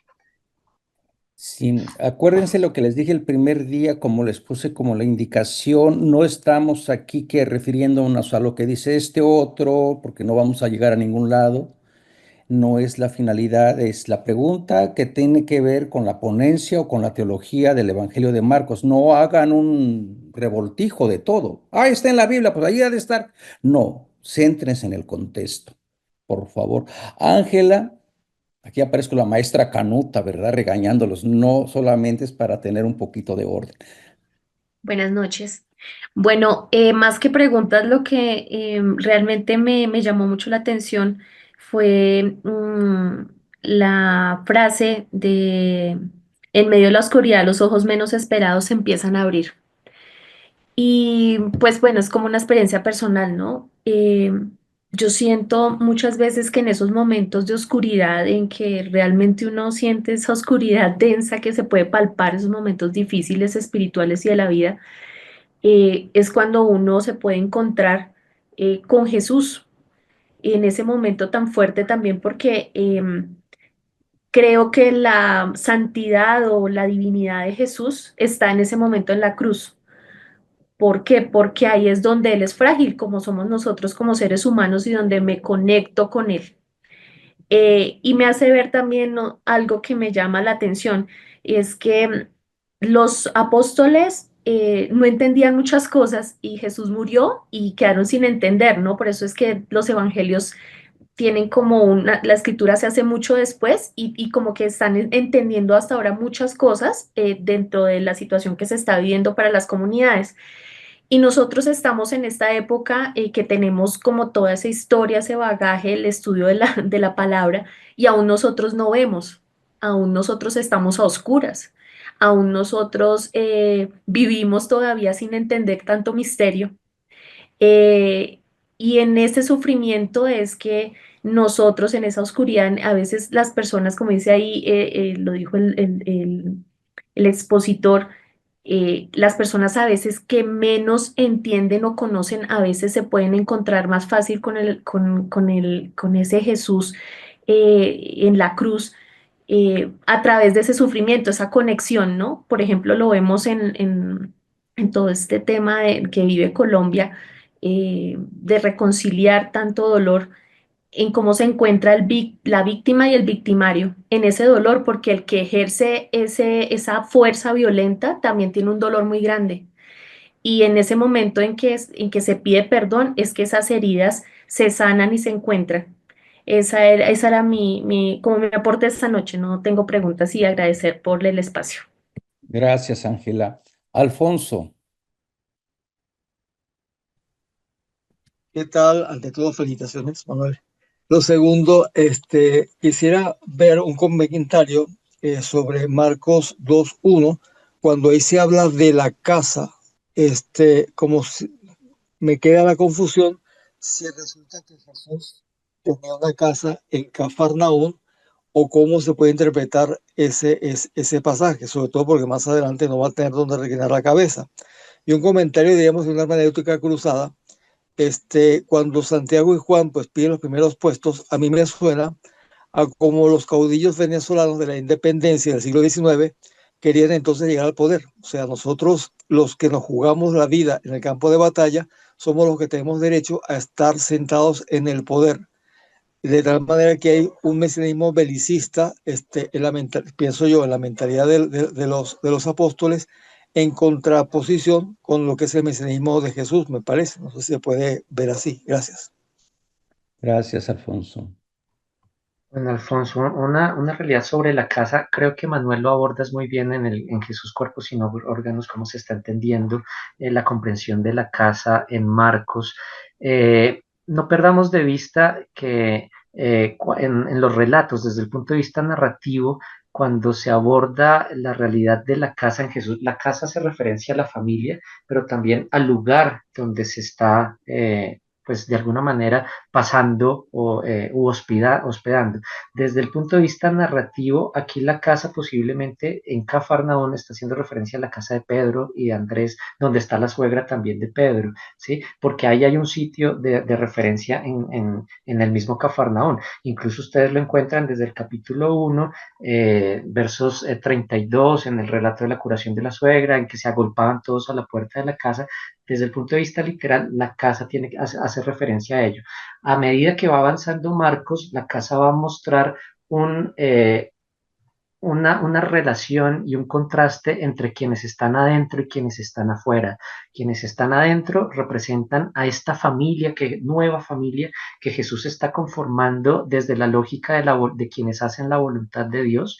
Quienes están afuera, de pronto quienes no entienden esa realidad de Jesús y lo están señalando como un poseído o que está fuera de sí.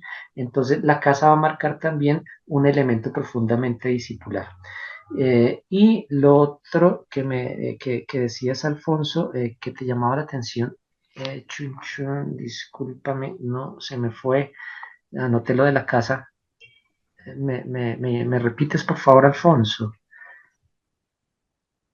Sí, bueno, lo que decía que en Venezuela, Ah, en el sí. siglo XIX, ajá, bueno, eso. Sí, la petición de Santiago y de Juan de sentarse uno a la derecha, otro a la izquierda. Evidentemente, aquí tenemos unos cortocircuitos en la comprensión del mesianismo de Jesús. Además, también porque una de las características de la época del Segundo Templo es que se espera a ese Mesías que restaure la soberanía de Israel, así como lo hizo David. Y es una restauración de soberanía a punta de armas. Vamos a encontrar incluso a la luz también del discurso escatológico del capítulo 13, cuando Jesús dice que muchos vendrán usurpando mi nombre, es decir, pues muchos se llamarán a sí mismo Mesías.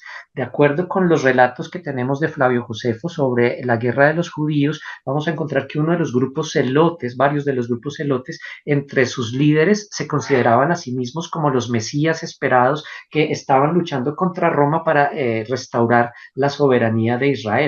Estos serían los usurpadores de los cuales Jesús habla, pero con toda probabilidad Marcos quiere representar esas expectativas también entre estos seguidores de Jesús que no han entendido su mesianismo en el sentido de cómo Jesús va a desarrollarlo, un Mesías que sufre y es crucificado, sino en el sentido nacionalista, incluso militar, que va a ser plasmado en esta caracterización de estos dos personajes. Muchas gracias. Quiero comentarle a la hermana Claudia que escribe que por ahí dice que es nueva, que piensa que a lo mejor no es su lugar aquí, pero que entiende, que le apasiona. Hermanita, todos tenemos diferentes procesos con la palabra. Unas personas van muy adelante, otras personas apenas comenzamos, otras personas vamos en intermedio. Yo le invitaría a que si está a gusto, pues que se quede aquí pero que sea a lo mejor un momento también para darse la oportunidad de ir aprendiendo cositas que a lo mejor que no pensaba. Y con una palabrita nueva que aprenda, yo le aseguro que después va a comenzar este enamoramiento con la palabra. Yo tengo una amiguita que tomó 8 veces el curso introductorio por allí y ahora ya es maestra de Biblia. Y dije, oh, ya. Este es el poder de la palabra, pero no se sienta mal, todos vamos en diferentes. Y hay personas que preguntan y que creen saber, pero en realidad yo mejor me quedaría callado. Pero bueno, esto es solamente mi opinión. Jenny,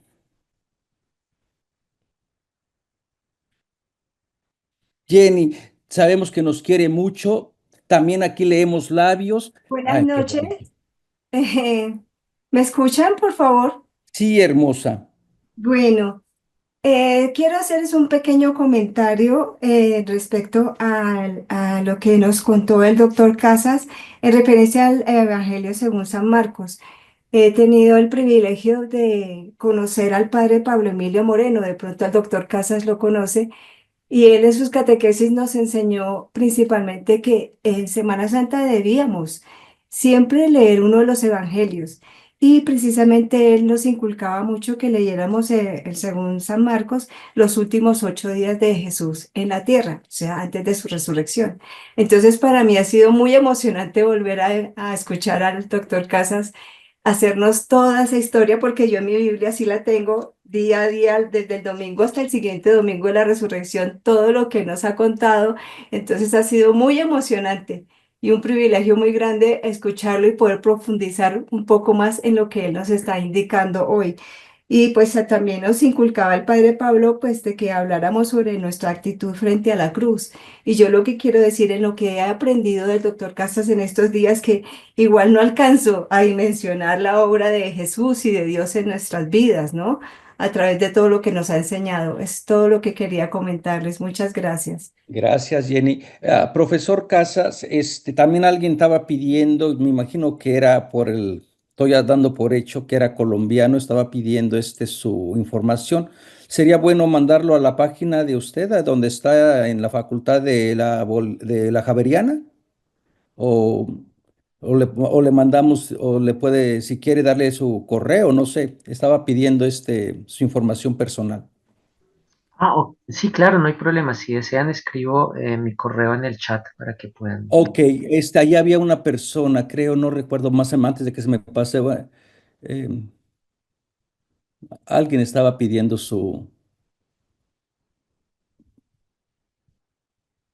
Ok, bueno, ahí ya tienen para la persona, les voy a mandar ahorita la información, ahí tienen el correo electrónico donde lo pueden contactar. No vayan a decir que yo tengo el monopolio aquí, ¿verdad? Patricia, hermanita, le escuchamos. Hola, buenas noches desde Ciudad de México. Pues aquí desgarrándome las vestiduras cuando escuché eso de la posesión satánica del crucificado. Dije, yo igual que el doctor Casas, no voy hasta allá, no voy hasta allá. Sería un tanto ilógico, puesto que si los demonios conocen a Jesús, que lo poseyeran, ¿verdad? Además, no olvidemos las dos naturalezas de Jesús, naturaleza divina y naturaleza humana. Mi pregunta es, cuando dice el Padre, ¿por qué me has abandonado? ¿Realmente sería esa pequeña debilidad que corresponde a la naturaleza humana o es porque los judíos tienen la obligación de decir este salmo antes de morir y él sabía que iba a morir? Esa sería mi pregunta. Gracias. Gracias, Pati. Patricia, realmente me parece una pregunta muy buena y al mismo tiempo comparto tu inquietud. Realmente el narrador no tiene un comentario que ofrezca aquí, es decir, el narrador no nos está explicando para que nosotros podamos captar de manera más clara qué está sucediendo detrás de ese grito de Jesús en la cruz. Evidentemente está evocando el Salmo 22, que algunos han interpretado como el Salmo de los moribundos, que se están encomendando al Padre mismo, pero en un momento inicial experimentan también el abandono. De hecho, no perdamos de vista que el Salmo 22 va a ser uno de los filtros a través de los cuales se va a construir la narrativa de la pasión de Jesús en los evangelios, y tiene también un giro donde al inicio se experimenta el abandono, pero ustedes miran el final del Salmo y ya se experimenta precisamente la acogida por parte de Dios. Ahora, el narrador, en este caso Marcos, no nos lleva a concluir simplemente que Jesús está recitando el Salmo, es una posibilidad, ¿sí? Pero también puede ser lo que él está experimentando.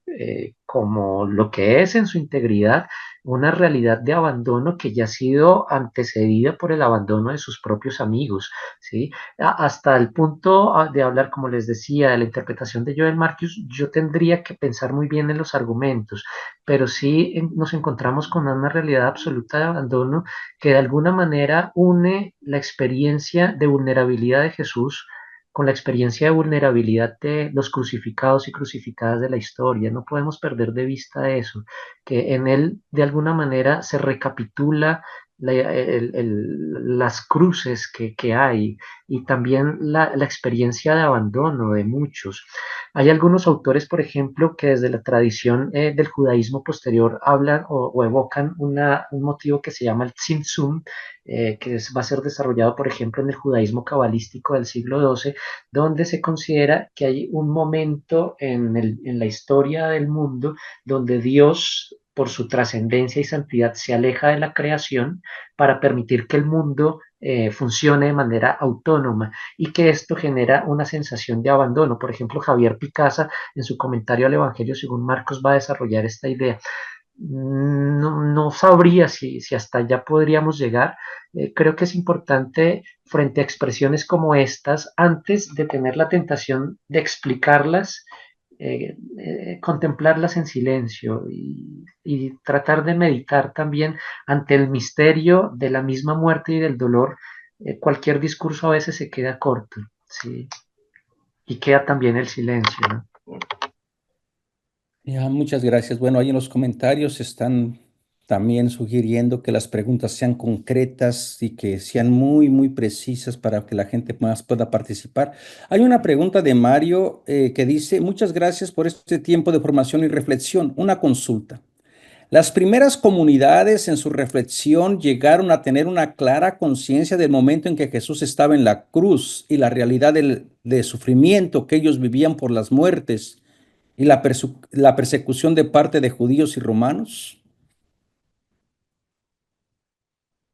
Mira, las comprensiones que tenemos de Es los... Mario pregunta. Ok, mira, Mario, las comprensiones que tenemos sobre la resignificación de la muerte de Jesús que han llegado hasta nosotros, pues son realmente tardías. Es decir, para hablar de los primeros seguidores de Jesús, inmediatamente suceden los acontecimientos, no tendríamos los testimonios documentales para llegar a alguna afirmación de reconstrucción.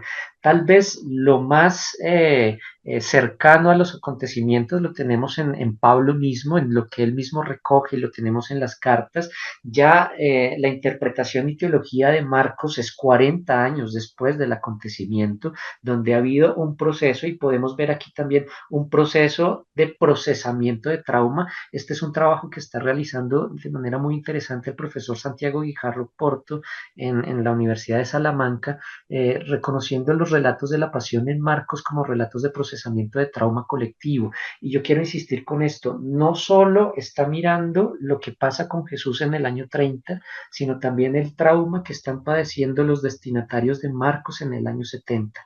Hay una situación de muerte en un lado y de muerte también en otro lado. Y entonces parece ser que se quiere releer lo que está pasando en la comunidad a la luz también del crucificado, mostrando de alguna manera que también hay una sintonía y también hay una solidaridad de unos con otros, que lo que le pasa al crucificado le está pasando también a sus seguidores, incluyendo las situaciones de traición y de entrega como tal. Pero este es un proceso que toma su tiempo. Y mira que estamos hablando de un transcurso desde el punto de vista narrativo de casi 40 años. Si bien es cierto que podríamos suponer que hay relatos premarcanos o anteriores a la redacción final del Evangelio de la misma pasión, pero son hipótesis, digamos, las asumimos, pero sin embargo lo documental nos llega desde el año 70.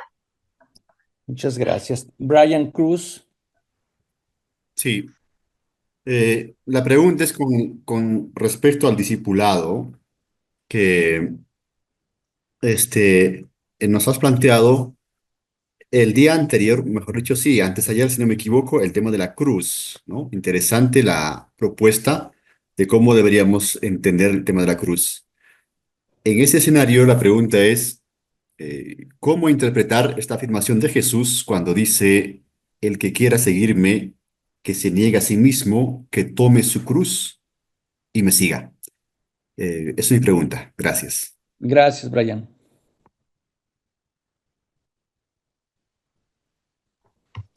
Mira, Brian, es interesante aquí tener en cuenta que estamos en un contexto donde el valor por excelencia se llama el honor.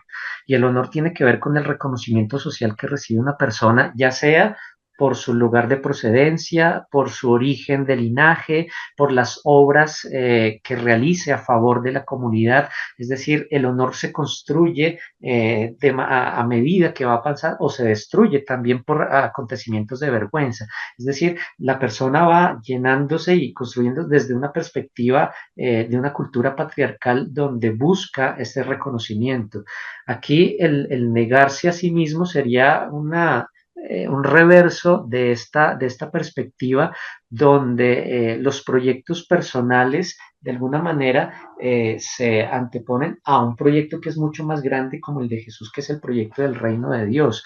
Cargar con su cruz hace referencia a la conciencia de las consecuencias de lo que se está apostando. No es que sea la cruz una realidad o una consecuencia necesaria, sino que viene a ser entendida si yo le estoy apostando a esta lógica del reino, que de alguna manera va en contravía de los valores que se encuentran en el imperio, pues voy a terminar con un destino similar al primero que lo está anunciando, que es el maestro mismo. Pero insisto, no como una realidad que sea necesariamente que conlleve a esto, sino que es simplemente la toma de conciencia de que se ha hecho una opción y en esa opción se busca el reino de Dios y la justicia del reino de Dios por encima de cualquier otra realidad. El seguimiento implica precisamente eso. Mira que parte de esa negación va a ser representada narrativamente por la contraparte, que es lo que los discípulos están buscando. ¿Quién es el más importante? Queremos sentarnos en tu gloria, uno a tu derecha, otro a tu izquierda. Eso es buscarse a sí mismos. El negarse es vincularlo al servicio, que es una de las características del seguimiento, y el servicio implica asumir la condición de esclavos, es asumir la condición contraria al honor mismo, que es el valor central de esta búsqueda. Muchas gracias. Hay dos preguntas que las vamos a dejar para el día de mañana porque no se nos acabó el tiempo. Les agradecemos de antemano su participación y también porque quiero, de verdad que casi nunca nos anunciamos nosotros. Quiero invitarles a todas las personas. Nosotros estamos ofreciendo un diplomado en Sagradas Escrituras. Vamos a tener al doctor Picasa, a Eduardo Arens, a la doctora Mila Díaz y también a la doctora María José. Y este doctorado lo ofrecemos durante el verano, la última semana de julio, primera semana de agosto, y consta de 4 veranos. A las personas que tengan tiempo, que quieran participar, mándenos un correo y podemos arreglarnos en la cuestión. No le hagan caso a la cuestión económica. No se desanimen por la cuestión económica. Lo más importante es que tengan tiempo, que quieran dedicarse y que quieran participar. Aquí tenemos el diplomado y ¿lo puedes pasar a donde está el Gera, por favor, donde tenemos los cursos que vamos a ofrecer?